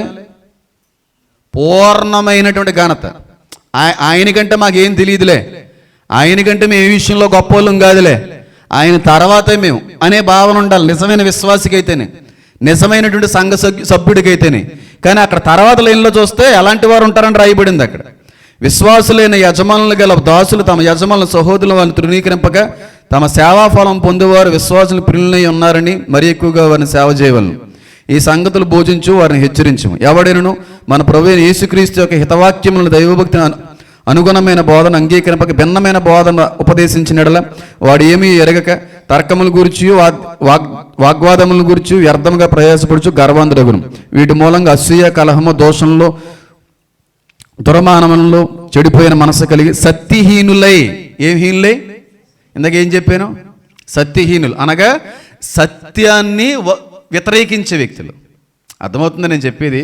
ఇప్పుడు ఒక వ్యక్తి ఉన్నారండి, ఇప్పుడు అక్కడ ఉన్న వ్యక్తి సంఘం శ్రమల్లో ఉంటుందనే విశ్వాసంతో ఈ నోటి వరకు నిలబడి కొనసాగిన వ్యక్తి. సంఘం శ్రమల్లో ఉండదని నేను మాట్లాడుతున్నాను, ఇది నిజం. కానీ ఆ వ్యక్తికి తెలుసు పాస్టర్ గారు చెప్పేటువంటిది నిజమని తెలిసి కూడా ఎక్కడ కూడా ఆయన మాటను అంగీకరింపకపోగా మీదే తప్పండి అనే విధంగా చూపించే వ్యక్తులు, అంటే సత్యాన్ని వ్యతిరేకించే సత్యహీనులు అన్నమాట. ఉన్నారు ఈ రోజున బోలెడంతమంది ఉన్నారు. యేసుక్రీస్తు ప్రభువారు దేవుడా కాదా? తండ్రితో సమానమని చెప్పండి ఎంచక. మరి బోధలలో ఉన్నా తెలుసా? తండ్రి కుమారుడు ఒకటే. నేను విన్నారా లేదా? మొన్నటి వరకు కూడా బాగా జరిగినాయి కదా వీటి గురించి చర్చలు. నిజం ఏంటంటే, సత్యం ఏంటంటే, తండ్రి కుమారుడు ఏకమే ఉన్నారు, తండ్రి కుమారుడు సమానమే ఉన్నారు. కానీ బోధలు ఎలా ఉన్నాయంటే తండ్రి కుమారుడు సమానం కాదు, తండ్రి కుమారుడు ఒకటే కాదు, అంటే సత్యానికి వ్యతిరేకం. వచ్చారు అలాంటి గర్వంతులు. ఎప్పటికీ వాళ్ళు పట్టుకున్నదే కరెక్ట్ అన్నట్టుగా వాదించే వ్యక్తులు ఉన్నారా లేదా? ఉన్నారు. ర్యాప్చర్ విషయంలో ఉన్నారా లేదా? సంఘం ఎత్తబడేటువంటి విషయంలో ఉన్నారా లేదా? ఉన్నారు. భాషల విషయంలో ఉన్నారా లేదా? భాషల విషయంలో ఉన్నారు. భాషల్లో రెండు ఉన్నాయి, భాషల్లో ప్రార్థించుట, భాషల్లో మాట్లాడుట. అమ్మా, భాషలు అంటే ఏంటో తెలుసా? మనకి తెలియనటువంటి ప్రదేశంలోకి వెళ్ళి తెలియనటువంటి భాషని అక్కడ చాలా ఈజీగా సునాయాసంగా మాట్లాడే వరం భాషల వరం అమ్మా, అది నిజం. కానీ భాషలు ఉన్నటువంటి వ్యక్తికి ఆ మాట చెప్తే కాదు కాదు కాదు అది కరెక్టే కాదు, నేను మాట్లాడే భాషే కరెక్ట్ వాదిస్తున్నారు అలాగా. అసలు భాషల వరం అంటే ఏంటంటే మన ఈ రోజు వరకు ఎప్పుడూ చదవని, మాట్లాడని, విననటువంటి ఒక భాష, ఒక లాంగ్వేజ్ని మాట్లాడడం, తెలియకుండా మాట్లాడతాం, అది దేవుడు వరం ఇస్తే జరుగుతుంది. అది భాషల వరం అంటే. భాషల్లో ప్రార్థించడం కూడా ఉంది, అది చాలామంది విశ్వాసుల్లో ఉంది. అలా అంటే కుదరదండి మాకు భాషల వరం ఉందండి. ఉంటుంది, ఉండదని నేను అంటున్నానా? నేను భాషల్లో ప్రార్థిస్తాను నేను. 2 నిమిషాలు ప్రార్థించిన అనుభవాలు ఉన్నాయి, 3 నిమిషాలు ప్రార్థించిన అనుభవాలు ఉన్నాయి. భాషల్లో 10 నిమిషాలు ఎక్కడా కూడా ఆగకుండా అనర్గళంగా ప్రార్థించినటువంటి సందర్భాలు ప్రతిరోజు ఉంటాయి. రాత్రికాల సమయంలో అయితే భాషల్లోనే ప్రార్థిస్తూ ఉంటాం. అది ఏంటనే అర్థం నాకు తెలుసు. అది కాదు మా భాషల యొక్క అర్థం ఇది అంటే కొంతమంది దాన్ని తట్టుకోలేక ప్రశ్నించే వాళ్ళు ఉన్నారు ఈ మధ్యకాలంలో. ర్యాప్చర్ విషయంలో ఇలాంటి గర్వాంధులను చూశాను. తండ్రి కుమారుడు సమానం కాదు అని వాదించేటువంటి మూర్ఖ గర్వాంధ తరాన్ని చూశాను. ఇవన్నీ కనబడుతున్నాయా, కనబడట్లేదా? ఒకప్పుడు ఉందా ఇలాంటి అనుభవాలు క్రైస్తవ సమాజంలో ఉన్నాయంటారా? ఉండేవి ఉంటే ఒకవేళ తక్కువ. ఏ విషయంలో ఉండేదంటే ఏదైనా దశంభాగాల విషయంలో తర్కాలు ఏమైనా జరుగుతూ ఉండేవేమో, ఇంకే చిన్న చిన్న విషయాల్లో. అంతేగాని ఎంత మెయిన్ టాపిక్స్ మీద ఎంత వాక్య వక్రీకరణతో గర్వాంధులైనటువంటి తరాన్ని నేను ఇప్పుడు చూస్తున్నాను. కనబడుతున్నారు సత్యానికి వ్యతిరేకంగా పోరాడేటువంటి, మేం చెప్పిందే కరెక్టో, మేము ఎక్కడ కూడా తగ్గమో, సత్యహీనులు వాళ్ళు గర్వాంధులు అయిపోతారంట. మనకి తెలియని విషయం ఎవరైనా నేర్పించడు అనుకోండి, అది నేర్చుకోవడం తప్పేం కాదు. మనకంటే చిన్నవాడైనా, మనకంటే ఏ విషయంలో కూడా సరిపోని వ్యక్తి అయినా ఎప్పుడన్నా మనకి తెలియని విషయం ఏదన్నా చెప్పాడు అనుకోండి, తెలుసుకోవడంలో తప్పు ఉందా? కొన్ని సలహాలు తీసుకోవడంలో తప్పేమైనా ఉందా? మనకి తెలియని విషయం ఒకరి దగ్గర నేర్చుకున్నాం, ఒక కొత్త విషయం తెలుసుకున్నాం, అందులో తప్పే ఉంది? ఆ కుర్రోడు చెప్పింది నేనెందుకు నమ్మాలి, నేనెందుకు అంగీకరించాలి, నేనెందుకు ఒప్పుకోవాలి? కాదు అది గర్వాంధులు. ఈ మధ్యలో బోల్డ్ మందిని చూశాను. ఇవన్నీ ఎత్తి చూపితే వాళ్ళని ఉద్దేశించి మాట్లాడుతున్నట్టు ఉంటుంది కనుక వాళ్ళ మనసులు గాయపడతాయి కనుక నేను మాట్లాడట్లేదు. ఆ తరం కనబడుతుంది. ఇది ఒక లక్షణాన్ని ప్రస్తుత తరంలో, అది కూడా క్రైస్తవ తరంలో నేను చూశాను. క్రైస్తవ తరంలో, క్రైస్తవ సమాజంలో చూసిన మరొక రకమైన గర్వాంధ లక్షణం ఏంటంటే కులగర్వం. కులాన్ని బట్టి గర్వించేటువంటి విశ్వాసులు కూడా ఈ మధ్యకాలంలో ఎక్కువైపోయారు. కొంతమంది రాజకీయవేత్తలను బట్ట లేకపోతే ప్రభుత్వాలను బట్టో నాకు తెలియదు, కానీ కులాలు, క్రైస్తవ్యంలో కులం ఉందా? ఎందులో ఉంది కులం? మనువాదంలో ఉంది. మీరు మనువాదికులైతే కులాన్ని ఆచరించండి, కుల ప్రస్తావన తీసుకుంటాండి, ఇబ్బంది ఏమీ లేదు. నేను విన్నాను, చాలా షాక్ అయ్యాను. అక్కడికి అందరూ కూడా ఆ కులం వాళ్ళే వెళ్తారంట. పైగా ఆ చుట్టుపక్కల వాళ్ళు అడిగారంట. ఒక ఆ వ్యక్తిని అడిగితే, ఏమంటే ఇక్కడ దగ్గరలో ఏ చర్చ్ బాగుంటుందండి, ఎక్కడికి వెళ్ళమంటారంటే, మనోడేనండి ఆ పాస్టరు, మనోడేనండి, మన కులపోయాడేనండి, అక్కడికి వెళ్ళండి. ఆ పాస్టర్ గారు మన కులపోడు కాబట్టి అక్కడికి వెళ్ళే వాళ్ళందరూ కూడా ఆ కులానికి సంబంధించిన వాళ్ళే. సిగ్గుండక్కర్లేదు, ఏమంటించి కొట్టాలి అలాంటి వ్యక్తుల్ని. ఆ పాస్టర్ గారు మన కులపోడు కాబట్టి మనం సపోర్ట్ చేయకపోతే ఎవరు సపోర్ట్ చేస్తారు? ఆ వ్యక్తి కులం కాని వ్యక్తి ఎవడన్నా పాస్టర్ అయితే కొంచెం కులం ఎక్కువైన వాళ్ళు చాలా ఫీల్ అయిపోతుంటారు. వీడితో చెప్పించుకుంటున్నావేట్రా బాబు, మనకు అలాంటి ప్రస్తావన ఏం లేదులేండి. ఇక్కడ అన్ని కులాల వాళ్ళు ఉన్నారు, అసలు కుల ప్రస్తావనే అనవసరం, అన్ని కులాల వాళ్ళు ఉన్నారు. నిమ్న కులాల వాళ్ళు ఉన్నారు, అగ్ర కులాల వాళ్ళు ఉన్నారు, ఓసీలు ఉన్నారు, బీసీలు ఉన్నారు, ఎస్సీలు కూడా ఉన్నారు. ఇబ్బంది ఏమీ లేదు. అయితే ఎక్కువ మొత్తంలో ఒక 2 కులాలు ఎక్కువగా కనబడి ఉండొచ్చు. అలాగని చెప్పి మా ఊళ్ళేనండి అనే కారణం కూడా నిన్ను ఎక్కడికి నడిపిస్తుంది? గర్వంలోకి నడిపిస్తుంది. గర్వం. నేను ఎన్ని ఎత్తితే విమర్శనాత్మకంగా ఉంటాయి కనుక నేను మాట్లాడట్లేదు. రేపు రోజున కావాలని మాట్లాడినట్టు ఉంటుంది కనుక. క్రిస్టియానిటీలోకి వచ్చేసింది కుల రాజకీయం. క్రైస్తవ సమాజాన్ని వెళ్తుంది, మందిరాలను వెళ్తుంది, చర్చిలను వెళ్తూ ఉంది.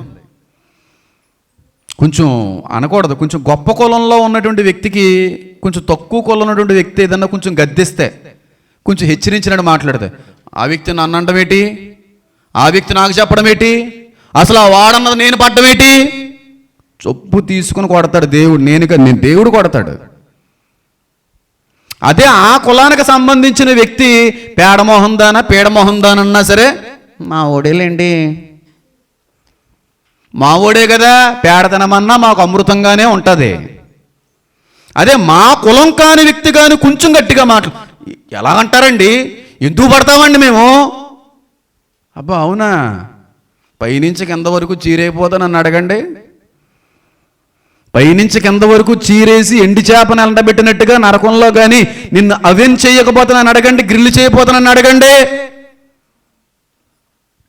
మన కులవాడు ఒక మాట అన్నా పడగలం, మన కులవాడు కొంచెం గట్టిగా తిట్టినా పడగలం, మన కులవాడు ఏం చేసినా మన కరెక్టే. మన కులం కానివాడు కానీ కొంచెం గట్టిగా మాట్లాడితే, కొంచెం హెచ్చరించే విధంగా మాట్లాడితే, కొంచెం ఖండించే విధంగా మాట్లాడితే, కొంచెం ముఖం మీద మాట్లాడితే మేము ఎందుకు పడాలి, ఎందుకు తగ్గాలి? మేము మమ్మల్నే అంటారా? ఏరి పాడెత్తడు మళ్ళీని గొరకలన్నిటిని. గొరకలేని అంటారు వాటిని, గురుగులా? జాగ్రత్త సుమి. పరిశుద్ధాత్ముడిని దుఃఖపరుచువారు ఈ యుగమందైనను వచ్చి యుగమందైనను వారికి పాప క్షమాపణ లేదు. ఒక సేవకుడు దేవుడు మూలంగా నిలబడ్డాడు. సేవకుడు దేవుడు మనిషి అంతే. ఆ సేవకుడు ఆ దేవుని మనిషి ఏ కులానికి సంబంధించిన వాడు అని పరిశీలించి పరీక్షించి నువ్వు పరిచర్ను ఎదుగుతున్నావంటే, నువ్వు వెళ్ళవలసిన మందిరానికి వెతుకుతున్నావంటే నీ అంత నీచ నికృష్టమైన జాతి ఇంకోటి లేదంటాను నేను. గర్వాంధులు, కులాన్ని బట్టి గర్వం. ఒరే బాబు ఇలా గట్టిగా మాట్లాడుతున్నాను వేరేగా అనుకో. నేను విన్నానమ్మా, చాలా బాధపడ్డానండి. ఒక పాస్టర్ గారు పెద్ద ఆయన, చాలా మంచి దైవభక్తి ఆత్మపూర్ణుడైనటువంటి సేవకుడు, చాలా ఆత్మపూర్ణుడైనటువంటి సేవకుడు. ఏడుస్తూ చెప్పాడు ఆ వ్యక్తి, ఏమండి ఇక్కడ 2 రకాలైన వర్గాలు ఉంటాయండి సంఘంలోని, 2 రకాలైన వర్గాలు ఉంటాయి అని చెప్పి ఆయన క్యాస్ట్ ప్రస్తావించాడు. ఎందుకు ఇలా క్యాస్ట్ లేని ఒక వర్గం పెద్దగా ఏం పట్టించుకోరండి, కానీ ఒక వర్గం ఉంటుందండి అని చెప్పి అసలు నన్ను లెక్క చేయరు పాస్టర్ గారు, నన్ను కనీసం విలువ ఎవరు పాస్టర్ గారు. మీకు విషయం తెలుసండి పాస్టర్ గారు, ఒక రోజును వాళ్ళ కుటుంబంలో ఒక అమ్మాయిని చున్నీ వేసుకొని రాలేదు అని అన్నందుకండి మందిరం అయిపోయిన తర్వాత లాక్కుని కొట్టారండి. మందిరంకి వచ్చేటప్పుడు నీ వస్త్రధారణ చూసుకో అని అన్నందుకండి కొట్టారండి. ఎందుకు కొట్టారంటే, నేను చిన్న కులం కదా పాస్టర్ గారు, వాళ్ళని అనడానికి నేను సరిపోనంట, వచ్చినోడు వచ్చినట్టుగా ఉండి పని చేసుకుని వెళ్ళిపో అన్నారండి. ఇలాంటి కూడా ఉంటారేటండి.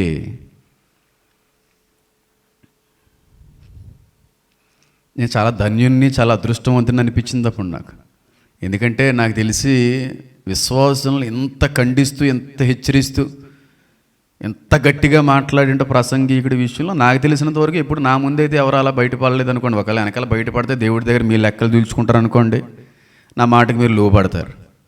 అంతేగాని మీ పిల్లల్ని అన్నానని, ఇంకోటి అన్నానని ఎప్పుడూ కూడా ఆ విధంగా మీ నుంచి నేను స్పందన అయితే లేదు. ఒకవేళ మీరు ఇంటికి వెళ్ళిన తర్వాత ఏమన్నా ఫీల్ అయితే నేను ఏం చేయలేను. మా పిల్లల్ని అంటారా, ఇంకోటి అంటారా, ఇంకోటి అంటారా అని అలా అన్నారంట ఆ వ్యక్తి. కులగర్వం కాదంటారా? పాస్టర్ గారు అనొచ్చు మమ్మల్ని, ఎప్పుడు తెలుసా, మాతో సమానమైన కులం అయితేని. మా ఓడి ఎన్నన్నా పర్లేదండి, ఆయన ఎవడండి మమ్మల్ని అనడానికే? నరకంలో కానీ నిన్ను వెయ్యకపోతే, తీర్పులో కానీ నిన్ను ప్రక్కకు తీసుకొని రాకపోతే, నేను ఇప్పుడు చెప్తున్నాను, నేను అసలు సేవకుడినే కాదు. ఎక్కడ కట్ చేయాలి అక్కడ కట్ చేసేస్తాడు తోకలు. జాగ్రత్త, నువ్వు బతికుండగానే చూసేస్తావు ఆ ఫలాలన్నీ, ఆ ప్రతిఫలాలన్నీ. జాగ్రత్త, ఎక్కడ కొట్టాలి అక్కడ కొడతాడు. సరిగ్గా తల్లిదండ్రులు కొట్టాలంటే, పిల్లల్ని కొట్టేటంటే అయిపోయినట్టు నీ సీను. నీ వెనకాల వచ్చేటువంటి వ్యక్తిని కొడుతూ నువ్వు బతుకుండగా నువ్వు అయిపోయినట్టు నీ సీను. జాగ్రత్త. ఈ గర్వం చూశాను నేను, ప్రత్యక్షంగా చూశాను ఈ గర్వాన్ని. ప్రస్తుత దినాల్లో ఈ గర్వంతులు ఎక్కువైపోయారంటే, క్రైస్తవ్య సమాజంలోనే ఎక్కువైపోయారంటే ఇంకా బయట ఎక్కువ అవుతారా తక్కువ అవుతారా? చెప్పండి అమ్మా, ఎక్కువ అవుతారా తక్కువ అవుతారా? కొంతమందికి ప్రభుత్వాలు ఉన్నాయనేటువంటి గర్వం, మా గవర్నమెంట్ ఉందనే గర్వం, మా నాయకుడు పైన ఉన్నాడు కనుక మేము ఏం చేసినా చెల్లుతుందనే గర్వం. ఈ మధ్యకాలంలో ఏ విషయంలో చూశానంటే, మొన్న ఒక వీడియో చూశాను, చాలా బాధపడ్డాను. అని చాలా చిన్న సేవకుడు ఏదో వైట్ అండ్ వైట్ వేసుకుని ఒక సైకిల్ మీద అవి ఏమంటారా పత్రాలని, పాంప్లెట్స్ పట్టుకుని పంచి పెడతా ఎక్కడో ఏదో వీధిలోకి వెళ్ళాడు ఆయన. సువార్త ఏదో ప్రకటిస్తున్నా, మరి ఎవరు ఫోన్ చేసి చెప్పారో చెప్తే 4-5 వచ్చేసి నువ్వు అసలు ఇక్కడ ఎందుకు సువార్త ప్రకటిస్తున్నామని గొడవ. అలా కదండి, మీకు ఇష్టం లేకపోతే ఇక్కడి నుంచి వెళ్ళిపోతానండి. నీకు ఇష్టం ఉన్నా లేకపోయినా నువ్వు వచ్చేసావు కాబట్టి, ఇప్పటికే 4 నువ్వు సువార్త ప్రకటించేసావు కాబట్టి కాదనడానికి వీలు లేదు. బొట్టు పెడతాం, పెట్టించుకోవాలంతే. అలా కాదు సార్, నేను పెట్టుకోకూడదు సార్, నేను పెట్టించుకోకూడదు సార్, నాకు పెట్టకండి సార్. పెట్టించుకోవాలి. ఎందుకు పెట్టించుకోవాలో చూస్తామని ఎంత బలవంతంగా తల మీద తిలకని దిద్దారో తెలుసా అండి? బలవంతంగా. అది గర్వం కాదా? అది గర్వం కాదంటారా? బొట్లు బలవంతంగా పెట్టడంలో గర్వం లేదు.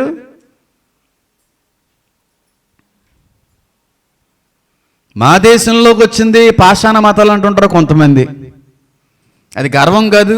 ఈ దేశాన్ని వదిలి పొండరా పాషాణ మతస్థులారా, వేరే దేశాల నుంచి మతాలను మోసుకొని వచ్చిన వారులారా, పొండే ఈ దేశం నుంచి అంటుంటే అది గర్వం కాదా? గర్వంతులు కదా? లేరా? అమెరికా పరిస్థితి ఎలా ఉందో చెప్పమంటారు. ఇప్పుడు అమెరికాలో ఉన్నటువంటి చాలామంది మాట్లాడుతున్న ఏకైక మాట చివరి కాలంలో ఏంటంటే, ఇది మా దేశం, మీ దేశాలకి మీరు పొండే. మా దేశంలోనే అర్థమైపోతుంది గర్వం ఉందని. మన ఇండియాలో కూడా ఉంది ఆ గర్వం. ఇది కేవలం ఈ మతానికి సంబంధించిన దేశం కాబట్టి ఇతర మతస్థులు ఈ దేశాన్ని విడిచి వెళ్ళిపోవాలి. ఇది మా దేశం, మా అనే పదంలోనే కనబడుతుంది గర్వం. కనబడుతుందా లేదా? ఎక్కువైందా తక్కువైందా? మా దేశం, మా మతం, మా ఆచారం అని చెప్పి మా మా మా అని ఇంకా ప్రభుత్వం ఉందన్నా, అధికారులు ఉన్నారన్నా, మరి ఏ కారణాలను బట్టైనా ఇంకా వాళ్ళు చేసింది ఏదైనా చెల్లుతుందనే విధంగా నడుస్తున్నటువంటి మనుషులు కనబడుతున్నారా లేదా? గర్వంతులు ఎక్కువేరా లేదా? కళ్ళు నెత్తికెక్కినాయి కాబట్టే కదండి మానవత్వం కూడా మరిచి నడుస్తున్నారు. కళ్ళు నెత్తికెక్కినాయి కాబట్టేనా చర్చలను కూలగొట్టడం? కళ్ళు నెత్తికెక్కాయి కాబట్టేనా ఈ రోజున అంత విచక్షణారహితంగా ఆడవాళ్ళని మగవాళ్ళని కూడా చూడకుండా రాళ్ళేసి కొడుతున్నారు? కళ్ళుని ఎత్తికెక్కబెట్టేనా ఒక పాస్టర్ గారు వీధికి వెళ్ళి సువార్త ప్రకటిస్తుంటే పేడ నీళ్లు చల్లుతున్నారు? కళ్ళుని ఎత్తకెక్కబెట్టేనా బలవంతంగా ప్రసాదాలన్నీ, బలవంతంగా ఆ తిలకాలన్నీ రుద్దుతున్నారు? అది తప్పు కాదు. కళ్ళు నెత్తికెక్కిన గర్విష్ఠులు మాత్రమే ఎలా చేస్తారు. అందరూ ఎలా ఉంటారని నేను అనట్లేదండి, అందరూ ఎలా ఉంటారని నేను అనట్లేదు. నేను మొన్న ఒకరింటికి వెళ్ళాను, పేర్లు ప్రస్తావించను, మీకు అర్థం అవుతులే, అంటే చూసే వాళ్ళకి ఎందుకో పేరు ప్రస్తావనని. ఒకరేమో ఒక కులం, ఒకరేమో బ్రాహ్మణులు. వాళ్ళిద్దరూ చక్కగా కుటుంబ సమేతంగా పెళ్లి చేసుకున్నారు. ఇద్దరికి కులాల సంబంధాలు లేవు. ఒకరేమో బ్రాహ్మణులు, ఇంకోళ్ళేమో వేరే కులాలకు సంబంధించిన ఇద్దరు పెళ్లి చేసుకున్నారు. వాళ్ళు పెళ్లి కాకముందు కూడా నాతో టచ్లో ఉండేవారు. నేను క్లియర్గా చెప్పాను, మీ ఇద్దరికి పెళ్ళి అవ్వకపోతే నన్ను అడగండి అని కూడా చెప్పాను. దేవుడు వాగ్దానం చేశాడు, ఆ విధంగా పెళ్ళి అయిపోయింది. దేవుని యొక్క మహాకృపను బట్టి ఆ బిడ్డ జీవితంలోకి ఒక మంచి బహుమానాన్ని దేవుడు ప్రవేశింపజేశాడు. గర్భవతి అయింది. నేను వెళ్ళాను, ఎందుకంటే డెలివరీ అయింది. వాళ్ళ ఏ హాస్పిటల్లో అయితే ఉన్నారో, అంటే ఇప్పుడు చెన్నై వెళ్ళినప్పుడు జరిగింది, ఏ హాస్పిటల్లో అయితే ఉన్నారో ఆ హాస్పిటల్కి నేను వెళ్ళడం జరిగింది. ఎందుకంటే నా సంఘ సభ్యులు కనుక, పాస్టర్ గారంటే ఇలాగా పాప పుట్టిందని చెప్పి అని అంటేనే ఇప్పటికే ఆలస్యమైందని చెప్పి చాలా చాలా చాలా నీరసంగా ఉన్నాను, చాలా బలహీనంగా ఉన్నాను. అయినా సరే అక్కడికక్కడ మళ్ళీ వెళ్ళడం జరిగింది. వెళ్ళిన తర్వాత ఆ చిన్న పసిబిడ్డను చూసి నేను చాలా ఆనందించాను. ఎందుకంటే వాళ్ళ కుటుంబీకులందరూ కూడా ఎన్నో తరాల నుంచి, ఎన్నో సంవత్సరాల నుంచి ఎదురు చూస్తున్నారు ఆడపిల్ల కావాలని.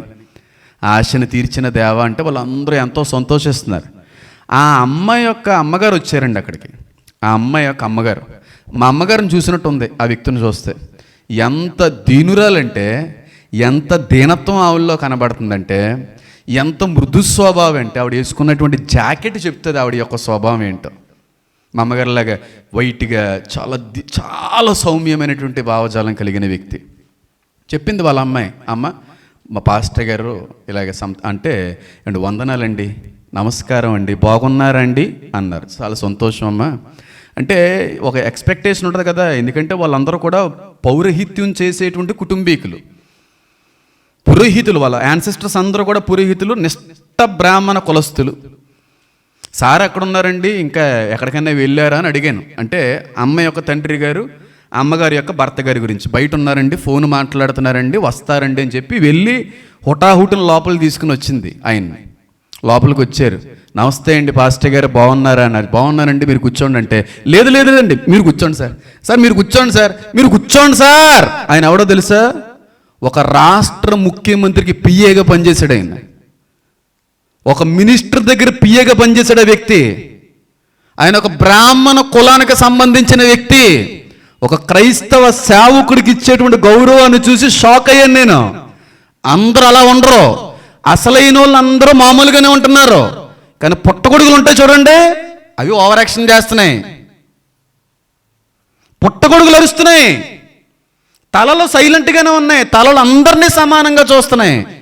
కానీ ఈ మధ్య కాలంలో వచ్చిన పుట్టగొడుగులు మాత్రం మా ధర్మం కోసం మేమే ఏదో చెయ్యాలన్నట్టుగా. వాళ్ళకంటే గొప్పల్లా మీరు, వాళ్ళకంటే గొప్పల్లా. ఒక క్రైస్తుడికి వివాహం చేశారు వాళ్ళు, ఒక సేవకుడు హాస్పిటల్కి వస్తే సన్మానించారు వాళ్ళు, ఒక సేవకుడు నిలబడితే కూర్చోండి అని నిలబడ్డారు వాళ్ళు. అసలైనటువంటి మానవత్వం ఎక్కడ కనబడుతుంది అంటే, అందరినీ సమానంగా చూసినప్పుడు కనబడుతుంది. అది ఏ మతం అయినా. షాక్ అయ్యాను నేను. పోనీ ఏమన్నా చిన్న చితకా వ్యక్తులు అంటే కాదండి, చెప్తే నేను మీరు షాక్ అవుతారు. ఇంకా మొత్తం మినిస్టర్లు ఫుల్ గన్మ్యాన్లతో వచ్చారు మన రీసెంట్గా వాళ్ళ పెళ్ళికి. అంత బ్యాక్గ్రౌండ్, అంత పొలిటికల్ బ్యాక్గ్రౌండ్ ఉన్నటువంటి వ్యక్తి. నేను ఆయన కోసం వెళ్ళాను. అసలు ఇంత ఒకసారి మాట్లాడాలి, ఎలా ఉంటారో చూడండి. ఎంత సౌమ్యంగా, ఎంత దీనంగా, ఎంత మృదు స్వభావం అంటే, వాళ్ళు వియ్యంకులు ఇక్కడ ఉన్నారు, చూస్తున్నారు, పేరు చెప్పట్లేదులేండి. ఎంత ఆనందించానంటే అంత ఆనందించాను. ఏంటి, పురోహితులు, పౌరహిత్యం చేసేటువంటి కుటుంబీకులు, నిష్ఠ బ్రాహ్మణ కులానికి సంబంధించిన వ్యక్తులు, ఒక క్రైస్తవుడు వస్తే ఇంత గౌరవమా? పాస్టర్ గారండి, పాపకి ప్రార్థన చేసి వెళ్ళండి. ఎంత ఆనందం అమ్మది, ఎంత ఆనందం అండి. వాస్తవానికి మత గొడవలు ఏమన్నా పెట్టాలంటే వాళ్ళే పెట్టాలి, కానీ వాళ్ళు ఎలా ఉన్నారు? వాళ్ళు చాలా తగ్గింపు స్వభావం కలుగుతుంది. అసలైనటువంటి కొన్ని మతాలకు మూలాలో చాలా తగ్గింపు స్వభావం కలిగిన వ్యక్తులు. కానీ కొంతమందిలోకి మరి ఆ గర్వం ఎక్కడి నుంచి వచ్చిందో కానీ బలవంతంగా బొట్లు పెడితే ఏమొస్తుందమ్మా? మీకో సాటిస్ఫాక్షన్ అవుతుంది. కానీ బలవంతంగా ప్రసాదాలు తినిపిస్తే మీకు ఏమొస్తుంది? నేను ఇంటర్వ్యూలోకి వెళ్ళినప్పుడు కూడా నన్ను ఇబ్బంది పెట్టకండి, నేను స్ట్రైట్గా చెప్తాను స్టార్టింగ్లోనే. మీరు క్రిటిసైజ్ చేయండి, ఖండం చేయండి, ఏదన్నా చేయండి, కానీ కొన్ని విషయాల్లో కానీ లిమిట్స్ క్రాస్ అవుతే మాత్రం చాలా ఇబ్బంది పడతారు. అది ముందు చెప్తున్నాను. అలాగే నేను ఇబ్బంది పెట్టరు. తినండి సార్, తింటే తినండి, లేదంటే లేక తినండి తినండి తినండి అని ఎవరు అనరు. కానీ అవి బయట సమాజంలో కనబడుతున్నాయి. గర్వం. నేను అన్ని రాజకీయ పార్టీలని నేను గౌరవిస్తాను. ఈ పార్టీకి సంబంధించిన వాడిని, ఆ పార్టీకి సంబంధించిన వాడిని కాదు. నేను అసలు ఎలక్షన్ వస్తే ఓటేను. కాబట్టి చెప్పండి, నేను ఏదానికైనా సపోర్ట్ చేస్తానా? అలా రాజకీయవేత్తల్లో 100% నీతిగా రాజకీయం చేసే పార్టీలు అంటూ ప్రపంచంలో ఏమీ లేవు. నేను వేయను. కాబట్టి ఎలా సపోర్ట్ చేస్తాను? అన్ని రాజకీయ పార్టీలని గౌరవిస్తాను, దేశ పరిపాలకులను గౌరవిస్తాను. అలాగని చెప్పి మీరు గౌరవించి ముందుకెళ్తా బాగుంటుంది. కానీ మా పార్టీ ఉంది కనుక మేము ఏం చేసినా సరే తగ్గుతుంది, మేం చేసినా సరే నెగ్గుతాం అన్నట్టుగా చేస్తుంది. గర్వానికి సంబంధించి ప్రస్తుత ప్రపంచంలో ఇవి జరుగుతున్నాయి. భారతదేశంలో జరుగుతున్నాయి, అమెరికాలో జరుగుతున్నాయి, ఇజ్రాయెల్లో జరుగుతుంది. ఇజ్రాయెల్ అయితే మరీ దారుణం. కానీ ఇజ్రాయేలీలు తీసుకుంటున్నటువంటి కొత్త చట్టం ఏంటంటే ఇతర క్రైస్తవులు ఎవరో కూడా మా దేశానికి రావడానికి వీల్లేదు. ఇది మా దేశం. నీకు అమ్మేటువంటి యుద్ధ సామాన్లన్నీ, యుద్ధ నౌకలన్నీ, యుద్ధ సామాగ్రి అంతా క్రైస్తవులదే. అందరిలోనే వచ్చేస్తుంది మీ గర్వం. చివరి రోజులకు వచ్చేటప్పుడు అది దేవుడు చెప్పాలనుకున్నదే. లాస్ట్గా ఒకటి చెప్పి నేను ముగించేసుకుంటాను. చాలా చెప్పాలనుకున్నాను కానీ సమయం లేదు, నాకు ఆరోగ్యం కూడా అంతగా సహకరించట్లేదు కనుక ఒక విషయం చెప్పి మీ కళ్ళు తెరిచే విధంగా నేను ప్రయత్నం చేస్తాను. లాస్ట్ అండ్ ఫైనల్ థింగ్ ఇది. ప్రపంచవ్యాప్తంగా గర్వమైంది మా దేశం, మా కులం, మా మతం. ఎక్కడ పడితే అక్కడ ఎక్కువైపోయింది. క్రైస్తవ్యంలోనే ఏడుస్తున్నప్పుడు బయట ఉంటే పెద్ద ఆశ్చర్యం ఏముందో చెప్పండి? పెద్ద ఆశ్చర్యం ఏముందో చెప్పండి? ఇలాన్ మస్క్ అనేటువంటి వ్యక్తి చాలామంది తెలుసు, ఇక్కడ ఉన్న యూత్ వారికి చాలామంది తెలుసు. నేను ఏలియన్ని ఏలియన్ని ఏలియన్ని అని 3 సార్లు చెప్పాడు. ఆ కామెడీ చేసేలేవయ్యా అన్నట్టు చూస్తున్నారు అందరూ. నేను మనిషిని కాదురా మనిషిని కాదురా మనిషిని కాదురా అని 3 సార్లు 3 వేరు సంవత్సరాల్లో చెప్పాడు. ఆ భలే జోక్ చేస్తున్నారండి ఇలాన్ మస్క్ గారు అన్నట్టుగా ప్రపంచం చూసింది. ఆర్టిఫిషియల్ ఇంటెలిజెన్స్ని తీసుకుని వచ్చింది ఆ మహాగుణుడే. అది భౌతిక సంబంధమైన మానవ జ్ఞానానికి సంబంధించింది కాదు ఏఐ అనేది. అని నేను ఎన్నిసార్లనే చెప్తాను. అది ప్రకృతి జ్ఞానం కాదు, అది సూపర్ న్యాచురల్ బీయింగ్స్ ఇస్తే నేర్చుకున్నటువంటి జ్ఞానం అది. ఇది మామూలుగా వాళ్ళ తాతలో నికోలస్ టెస్లా కావచ్చు, వీళ్ళందరూ అలాంటి వాళ్ళే. వాడైతే ఏకంగా టైం మిషన్ కూడా తయారు చేసి పెట్టాడు కదమ్మా. వెళ్ళి చాలా చూసి వచ్చానని కూడా అంటారు. టైం మిషన్ ఆ సబ్జెక్ట్ మీద నాకు అవగాహన ఉంది కానీ అవి మాట్లాడితే మీరు నమ్ముతున్నారు అంటారు. ఎందుకు వచ్చి నేను మాట్లాడకూడదు. ఇలాన్ మస్క్ అనే వ్యక్తి అంటున్నాడు, రేపు రోజున మనకి దేవుడు అనేవాడు అవసరం లేదు, మన దేవుడు ఏఐ. నీకు ఏదైనా ఏది కావాలన్నా నీ కాళ్ళు దగ్గరికి తీసుకొని రాగలిగే శక్తి సామర్థ్యత ఆర్టిఫిషియల్ ఇంటెలిజెన్స్ ఉన్నదే. తర్వాత రోజుల్లో మనుషులు డబ్బుని సంపాదించరో, డబ్బుని లెక్క చెయ్యరు, డబ్బుకి వాల్యూ ఉండదో, వారి మేధస్సు వారి జ్ఞానమే వాళ్ళని ఆ విధంగా హెచ్చిస్తూ ముందుకు వెళ్తుందని ఆ వ్యక్తి చెప్తున్నాడు. విన్నారా లేదా మీరు? అసలు డబ్బుకి వాల్యూ ఉండదంట. ఆ వ్యక్తి అన్న మాట తెలుసా?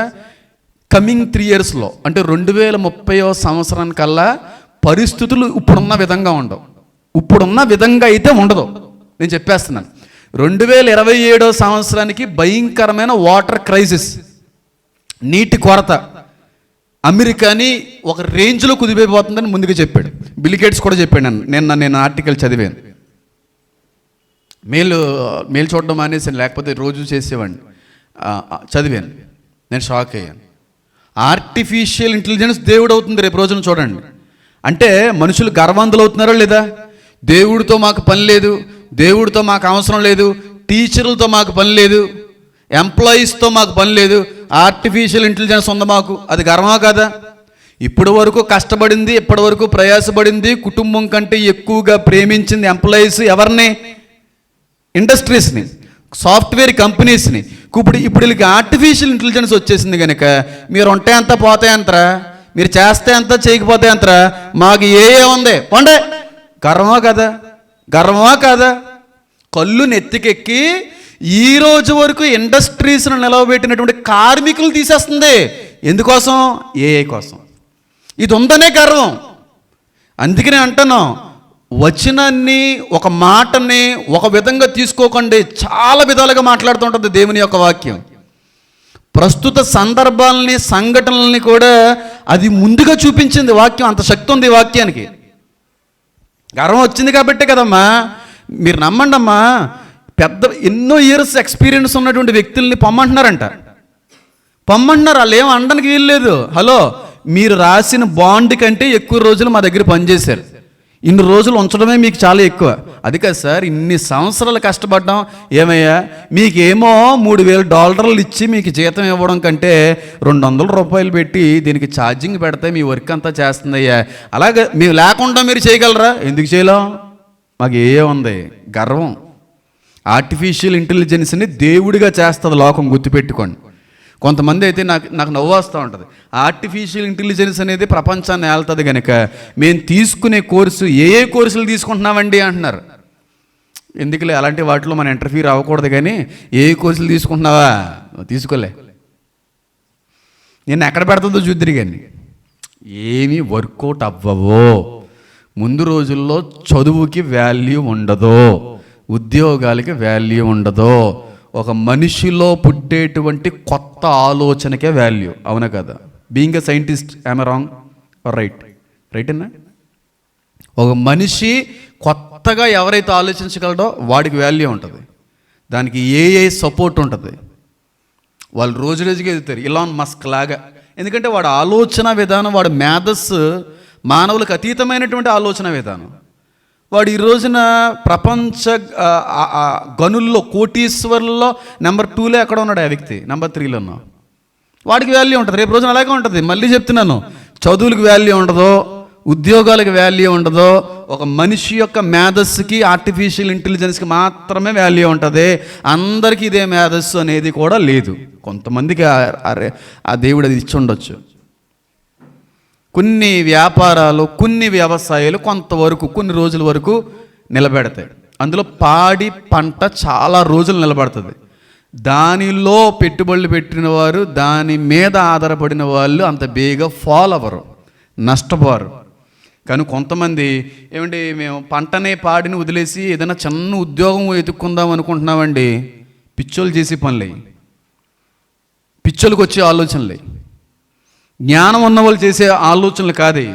నిజంగా తెలివైన వాడు అయితే నీ పూర్వీకులైనా నీవైనా కట్టుకున్నటువంటి పాడి పంటల్ని వదులుకోకండి, అమ్ముకోకండి, తీసేయకండి. రేపు రోజున లైఫ్ ఇస్తుంది అదే మీకు.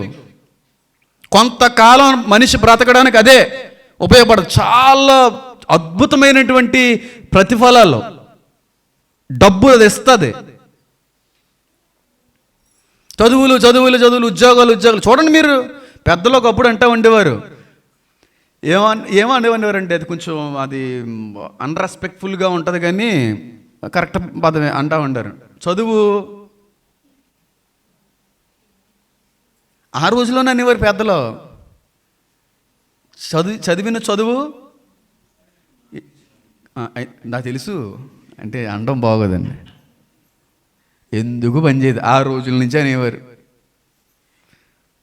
చదువు ఉన్నవాడు లైఫ్లో బాగుంటాడంటే నేను నమ్మను. జ్ఞానం ఉన్నవాడు లైఫ్లో నిలబడగలడు, మేధస్సు ఉన్నవాడు లైఫ్లో నిలబడగలడు. ఎలాన్ మస్క్ చదువు ఉందా? సచిన్కి చదువు ఉందా? మోడీకి చదువు ఉందా? ఉందా?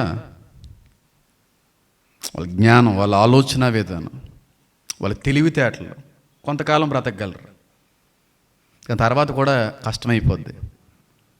మళ్ళీ చెప్తున్నాను, చదువులు ఉద్యోగాలు ఏమీ ఉండవు. అసలు కాలేజీలే ఉండవు, అసలు స్కూల్సే ఉండవు. డైరెక్ట్గా ఆర్టిఫిషియల్ ఇంటెలిజెన్స్ నువ్వు కూర్చుంటే అది టీచ్ చేస్తుంది, సబ్జెక్ట్ అది నీకు బోధిస్తుంది. నేను చూసాను, చైనాలో అది ఆల్రెడీ జరుగుతుంది. అది నేనైతే మాత్రం చాలా మెస్మరైజ్ అయ్యాను. చైనాలో ఇండియాకు కూడా వచ్చేస్తుంది. అది ఎలా ఉందంటే, మొన్న ఒక ఎల్సిడి స్క్రీన్ ఉంది, పక్కన ఒక వ్యక్తి ఉన్నారు, ఏదో ఫార్ములాని అక్కడ అలా యాడ్ చేశారు, టక్ టక్ టక్ టక్ టక్ అని డివిజన్ చేసి పాటలుగా అది ఫిగరేటివ్ లాంగ్వేజ్లో నేర్పుతుంది. అది టీచర్తో పని లేదు. ఆల్రెడీ కొన్ని స్కూల్స్లో కాలేజెస్లో ఉన్నాయి, అసలు కాలేజీలకి స్కూల్కి వెళ్ళక్కర్లేదు. నువ్వు ఇంట్లో సెల ముందు కూర్చుంటే ఆటోమేటిక్గా ఆర్టిఫిషియల్ ఇంటెలిజెన్స్ సబ్జెక్ట్ నేర్పిస్తుంది నీకు. టీచర్లతో పని లేదు. చదువులు ఏం చేసుకుంటారు? చదవద్దని నేను అనట్లేదు, ఉండదు. రేపు రోజున ఆర్టిఫిషియల్ ఇంటెలిజెన్స్ని ప్రపంచం దేవుడు చేయబోతుంది. ఆ ఆర్టిఫిషియల్ ఇంటెలిజెన్స్నే ప్రపంచం పైగా ఆ పాప పురుషుడు అబద్ధ ప్రవక్త డైరెక్ట్గా ఇజ్రాయెల్లో తీసుకుని వచ్చి పెడతాడు ఆ ప్రతిమని. దానికి జీవం పోస్తాడు, ప్రాణ ప్రతిష్ఠ చేస్తాడు. AI ప్రపంచంలో అప్పటికే పూర్తిగా ఎదిగిపోయినటువంటి నిండిపోయినటువంటి రోబోట్స్ అన్నిటి మీద ఇది పెత్తనం చేస్తుంది. ఎందుకంటే కూడా అన్ని మైక్రోచిప్స్ కాబట్టి, శాటిలైట్ మీద డిపెండ్ అయ్యేటువంటివి కాబట్టి ఈజీగా అది లొంగ తీసుకుంటుంది. అన్ని రోబోట్స్ని ఇక్కడ నడిపిస్తుంది. అది అక్కడతో అయిపోయిందంటే అక్కడతో కూడా అవ్వదండి. తర్వాత ఒక స్టార్టింగ్లోనేమో ఒక మతాన్ని వాడుకుంటాడు క్రీస్తు విరోధి, ఒక మతాన్ని వాడుకుంటాడు. ఆ మతాన్ని ప్రక్కన పెట్టింది. ఆ మతాన్ని ఎప్పటి వరకు ప్రక్కన పెడతాడంటే 666 ముద్రేసి వరకుని ఆర్టిఫిషియల్ ఇంటెలిజెన్స్ని తీసుకొస్తాడు. ఈ రెండింటిని వాడుకుని తర్వాత ఆ రెండింటిని పక్కన పెడతాడు. దేని వాడుకుంటాడంటే లాస్ట్ అండ్ ఫైనల్గా ప్రాకారముల గల దేవతని తీసుకుని వస్తాడు. ఒకప్పుడు ఏమో నేను దేవుడు అంటాడు, ఫస్ట్ ఏమో ఆయన దేవుడు అంటాడు. ఆయన దేవుడు పేరు చెప్పను, ఆ దేవుడు నన్ను బతికించాడు అంటాడు, ప్రపంచాన్ని మోసం చేస్తాడు. సెకండ్ స్టేజ్కి వచ్చేటప్పుడు నేనే దేవుడిని అంటాడు, షాక్ అయిపోతుంది ప్రపంచం. థర్డ్ స్టేజ్కి వచ్చేటప్పటికి అందరికంటే ఉన్నతుడు ఒకడు ఉన్నాడు, ప్రాకారముల గల దేవత అంటాడు. ఐగుప్తు దేవుళ్ళని అందరినీ తీసుకొస్తాడు. వాళ్ళు ఎలియన్స్, వాళ్ళు గ్రహాంతర వాసులు అంటారా, ఇంకో వాసులు అంటారా, మీ ఇష్టం. అవి కడతాయి అంట. బిజినెస్ చేస్తాడని ఉందండి. ఇజ్రాయెల్ నడిబొడ్డుగా బిజినెస్ గోడలు లేపుతాడని ఉంది దానియేల్లో. ప్రాకారాలు కడతాయంట. ఆ రోజున ఈ రోజు వరకు ఎవరికి అర్థం కాదు ఏంటంటే పిరమిడ్స్ అనేటువంటివి మనుషులు కట్టలేరు. ఒక్కొక్కరు ఒక రకమైన వాదన. కానీ నేను చెప్పింది ఏంటంటే మనుషులు కాదు, alien beings, super natural beings కడితే జరిగిందని చెప్పి. ఆ ప్రాకారాలను అవి ఎలాగైతే కట్టాయో లాస్ట్లో అవే కడతాయి. ఎన్ని సబ్జెక్టుల్లో చెప్పాను, ఎన్ని సందర్భాల్లో చెప్పాను. ఏ నమ్మకండి. ఇప్పటికే ప్రపంచం అంతా మోసగించబడింది. ఓ మాట బాగా గుర్తుపెట్టుకోండి, అవునో కాదు మీరే చెప్పండి. ఒక మనిషి తినకుండా బతకగలడో, ఒక మనిషి నిద్రపోకుండా బతకగలడో, ఒక మనిషి శరీర సంపర్కం లేకుండా కూడా బతకగలడు. ఎందుకంటే మనిషి బతికిది మూడాటి కోసం, తినడం కోసం, పడుకోవడం కోసం. దేవుడు పెట్టిన న్యాచురల్ థింగ్ ఇది అంతా కూడా. మూడే కదా, మనిషికి ఏముండాలి? ఫుడ్ ఉండాలి, నిద్ర ఉండాలి, మూడోది ఆ రిలేషన్ ఉండాలి. ఈ మూడు లేకపోయినా మనిషి బతకగలడు. కానీ ఈ రోజుల్లో ఫోను పట్టుకోకుండా ఒక మనిషి బతకలేడు. అంత ఎడిక్ట్ అయిపోయారు ఫోన్స్కి. ఇక్కడ ఉన్నవారు ఎవరన్నా చెప్పగలరా? మేము ఉదయం లేచిన దగ్గర నుంచి ఇప్పటి వరకు ఫోన్ అసలు చూడలేదని చెప్పగలిగే వ్యక్తులు ఎవరు ఉంటారో చెప్పండి. ఫోను చూడకుండా ఉండలేం. పెద్ద వయసు కలిగిన వారే ఫోన్ పక్కన పెట్టడానికి వాళ్ళ వల్ల కావట్లేదు. ఫోన్ని ఫస్ట్ ప్రపంచానికి అలవాటు చేశాడు. ఫోన్ని ప్రపంచానికి అలవాటు చేసిన తర్వాత ఫ్రీ ఇంటర్నెట్ ఇచ్చాడు సైతానిగాడు, బాగా వైఫైలు ఇచ్చాడు. ఇంకా బాగా అలవాటు చేసేసాడు. అలవాటు చేసిన తర్వాత ఎంత నీట్గా తీసుకొచ్చాడు తెలుసా? ఏం తీసుకొచ్చాడు ఎందులోకి? ఫోన్లోకి. ఇంక దేనిలోకి కాదు, ఫోన్లోకే. ఇప్పుడు మొత్తం మన సమాచారం అంతా దాని దగ్గర ఉంది. నువ్వు ఎటు నడుస్తున్నావో అది చూస్తుంది. మీరు నమ్మంటే నమ్మకపోండి, నేను ఇది ఎప్పుడో ఎన్నో సంవత్సరాల క్రితం చూశాను. ఈ మధ్యకాలంలో మళ్ళీ ఇంకోసారి చూశాను, షాక్ అయ్యాను. కొన్ని సీసీ కెమెరాస్లో వాటిని ఏమంటారంటే థర్మల్ లెన్స్ అంటే హీట్ని పట్టుకునే లెన్స్. అది కూడా కాదురా, దాన్ని మంచి బలా అంటారు, సెన్సార్స్ని పిక్ చేస్తుంటుంది. Thermal sensors. ఆ సెన్సార్స్ ఎక్కడో ఆ రకమైన సీసీ కెమెరాస్ ఉన్నాయి. ఒక అమ్మాయి కారులో కూర్చొని ఫోన్ వాడుతుంది. చీకటి, నైట్ టైం కారులో కూర్చొని ఫోన్ వాడుతుంటే కారు అంతా కూడా ఎలా ఉంటుంది? చీకటిగానే ఉంటుంది. అక్కడ ఫ్రంట్ ఉన్న సీసీ కెమెరాలో అది కరెక్ట్గా ఆ ఫ్రేమ్లో ఆ కారు ఉంది కింద. ఆ సీసీ కెమెరా క్యాప్చర్ చేసిన వీడియో నేను చూశాను, షాక్ అయ్యాను. ఫోన్ మామూలుగానే చూస్తుంది, ప్రతి 3 సెకండ్లకి ఫోను అమ్మాయికి ఫోటో తీస్తుంది. ప్రతి 3 సెకండ్లకి ఆ ఫోను అమ్మాయికి ఫోటోలు తీస్తుంది. అది సీసీ కెమెరాల్లో పడింది. అది క్యాప్చర్ చేయడం మామూలు కళ్ళతో చూస్తే కనబడదు మనకి. ఆ అమ్మాయికి కూడా తెలియదు ఫోను ప్రతి 3 సెకండ్లకి నా ఫోటో తీస్తుందని. టెక్నాలజీ పెరిగిందని ఆనందించకండి. టెక్నాలజీ మనిషి పతనానికి కూల్చేయబోతుంది. ఆర్టిఫిషియల్ ఇంటెలిజెన్స్ అనేది దాని పాదాల కిందకి మానవ జాతిని తీసుకొని రాబోతుంది. గుర్తుపెట్టుకోండి మాటని. ChatGPT, గ్రూక్, జెమినై ఇవన్నీ నాశనానికే. అవన్నీ ఫోన్లో ఆల్రెడీ అవి ఇంటిగ్రేటెడ్ అయి ఉన్నాయి. నరకం చూపించబోతున్నాయి ముందు రోజుల్లో. చూడండి, నువ్వు ఎక్కడికి వెళ్తున్నావు మొత్తం రికార్డ్ అవుతుంది. అది నువ్వు ఏ ప్రదేశాలు తిరుగుతున్నావు రికార్డ్ అవుతుంది. ఎందుకంటే 666 ముద్ర వేయడానికి అది ఉపయోగపడుతుంది. ఆ రోజున నువ్వు ఎక్కడికి వెళ్తున్నావు, నీ ఆహారపు అలవాట్లు ఏంటి, నువ్వు ఏ సైట్స్ ఓపెన్ చేస్తున్నావు, ఏ యాప్స్లో ఎక్కువ ఉంటున్నావు, నువ్వు ఏ విధంగా ఆలోచిస్తుంటావు, నువ్వు అడిగే ప్రశ్నలను బట్టి నీ వ్యక్తిత్వాన్ని అది పరిశీలిస్తుంది. అది తెలియట్లేదు. నీ బిహేవియర్ అంతా, నీ వ్యక్తిత్వం అంతా దానికి తెలుసు. నీకంటే ఎక్కువ క్యాలిక్యులేట్ చేస్తుంది. అది ఎప్పటికే డ్యామేజ్ అయింది. ఇంకా డ్యామేజ్ అవ్వకముందు కళ్ళు తెరవండి. ప్రతి 3 సెకండ్లకి ఫోటో తీస్తుంటుందంటే మన ఫోన్స్. హై అండ్ ఫోన్స్ ఉన్నాయి కదా, కెమెరా టచ్ స్క్రీన్ ఉన్న ఫోన్స్. చిన్న చిన్న ఫోన్లకు మళ్ళీ అది లేదు. ఈ హై అండ్ ఫోన్స్ అన్నిటికీ కూడా సాఫ్ట్వేర్ని బట్టి ప్రతి 3 సెకండ్స్కి ఫొటోస్ చేస్తుంటే అది దాన్ని ఏం చేశారంటే ఆ వీడియో బాగా స్ప్రెడ్ అవ్వకుండా ఆపేశారు. అలా బోల్డ్ జరుగుతూ ఉంటాయి. నేను కూడా గమనించాను. నా ఫోన్ కూడా ప్రతి 5 సెకండ్స్కో 10 సెకండ్స్కో ఒకసారి అది నేను కూడా గమనించాను. రేపు రోజున ఇంకా ఎక్కువైపోద్ది. ఆర్టిఫిషియల్ ఇంటెలిజెన్స్ నిన్ను పట్టిస్తుంది. రేపు రోజున క్రీస్తు విరోధికి నిన్ను పట్టించేది నీ ఫోనే. కొన్ని సినిమాస్లో మీరు చూస్తే హీరో ఎక్కడైనా శత్రువు చేతిలో నుంచి పారిపోయేటప్పుడు ఫోన్ కింద పాడేసి రద్దలు కొట్టేసి వెళ్తాడు. ఎందుకు? మనకి ఇండైరెక్ట్గా చెప్తున్నారండి. వాళ్ళు ఇండైరెక్ట్గా చెప్తున్నారు.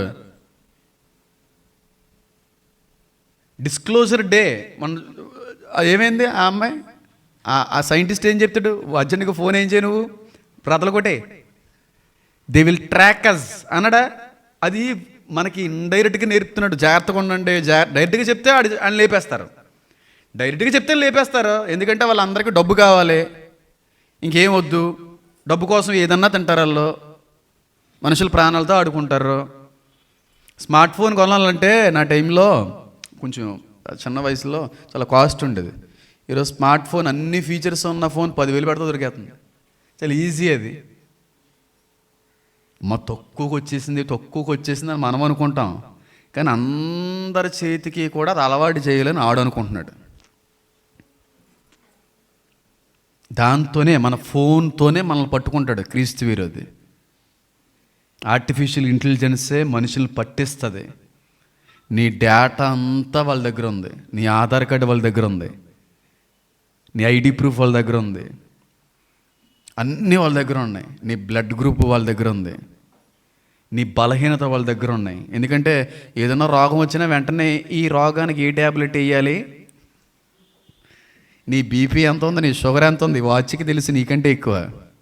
ఇది తెలియట్లేదు చాలామందికి. స్మార్ట్ వాచ్ అండి, నీ గురించి దానికే బాగా తెలుసబ్బా. మోసపోతున్నాం. ఇవన్నీ డైరెక్ట్గా చెప్పొచ్చు కదా. ఎవరన్నా చెప్తే లేపేస్తారు. అందుకే చెప్పరు.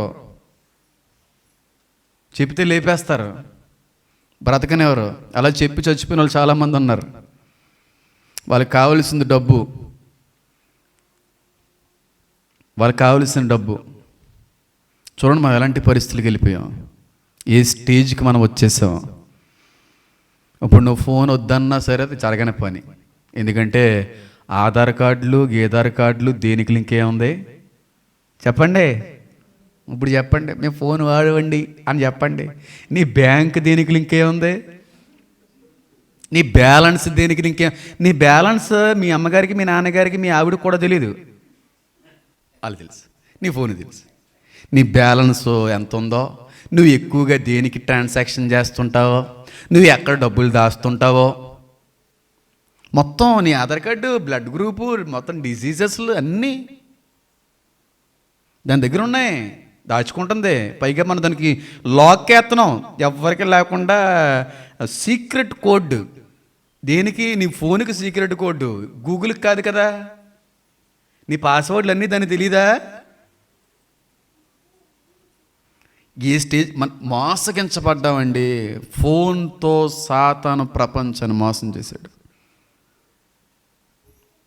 మొత్తం తెలుసు దానికి, నీ గురించి, నీ హిస్టరీ అంతా తెలుసు.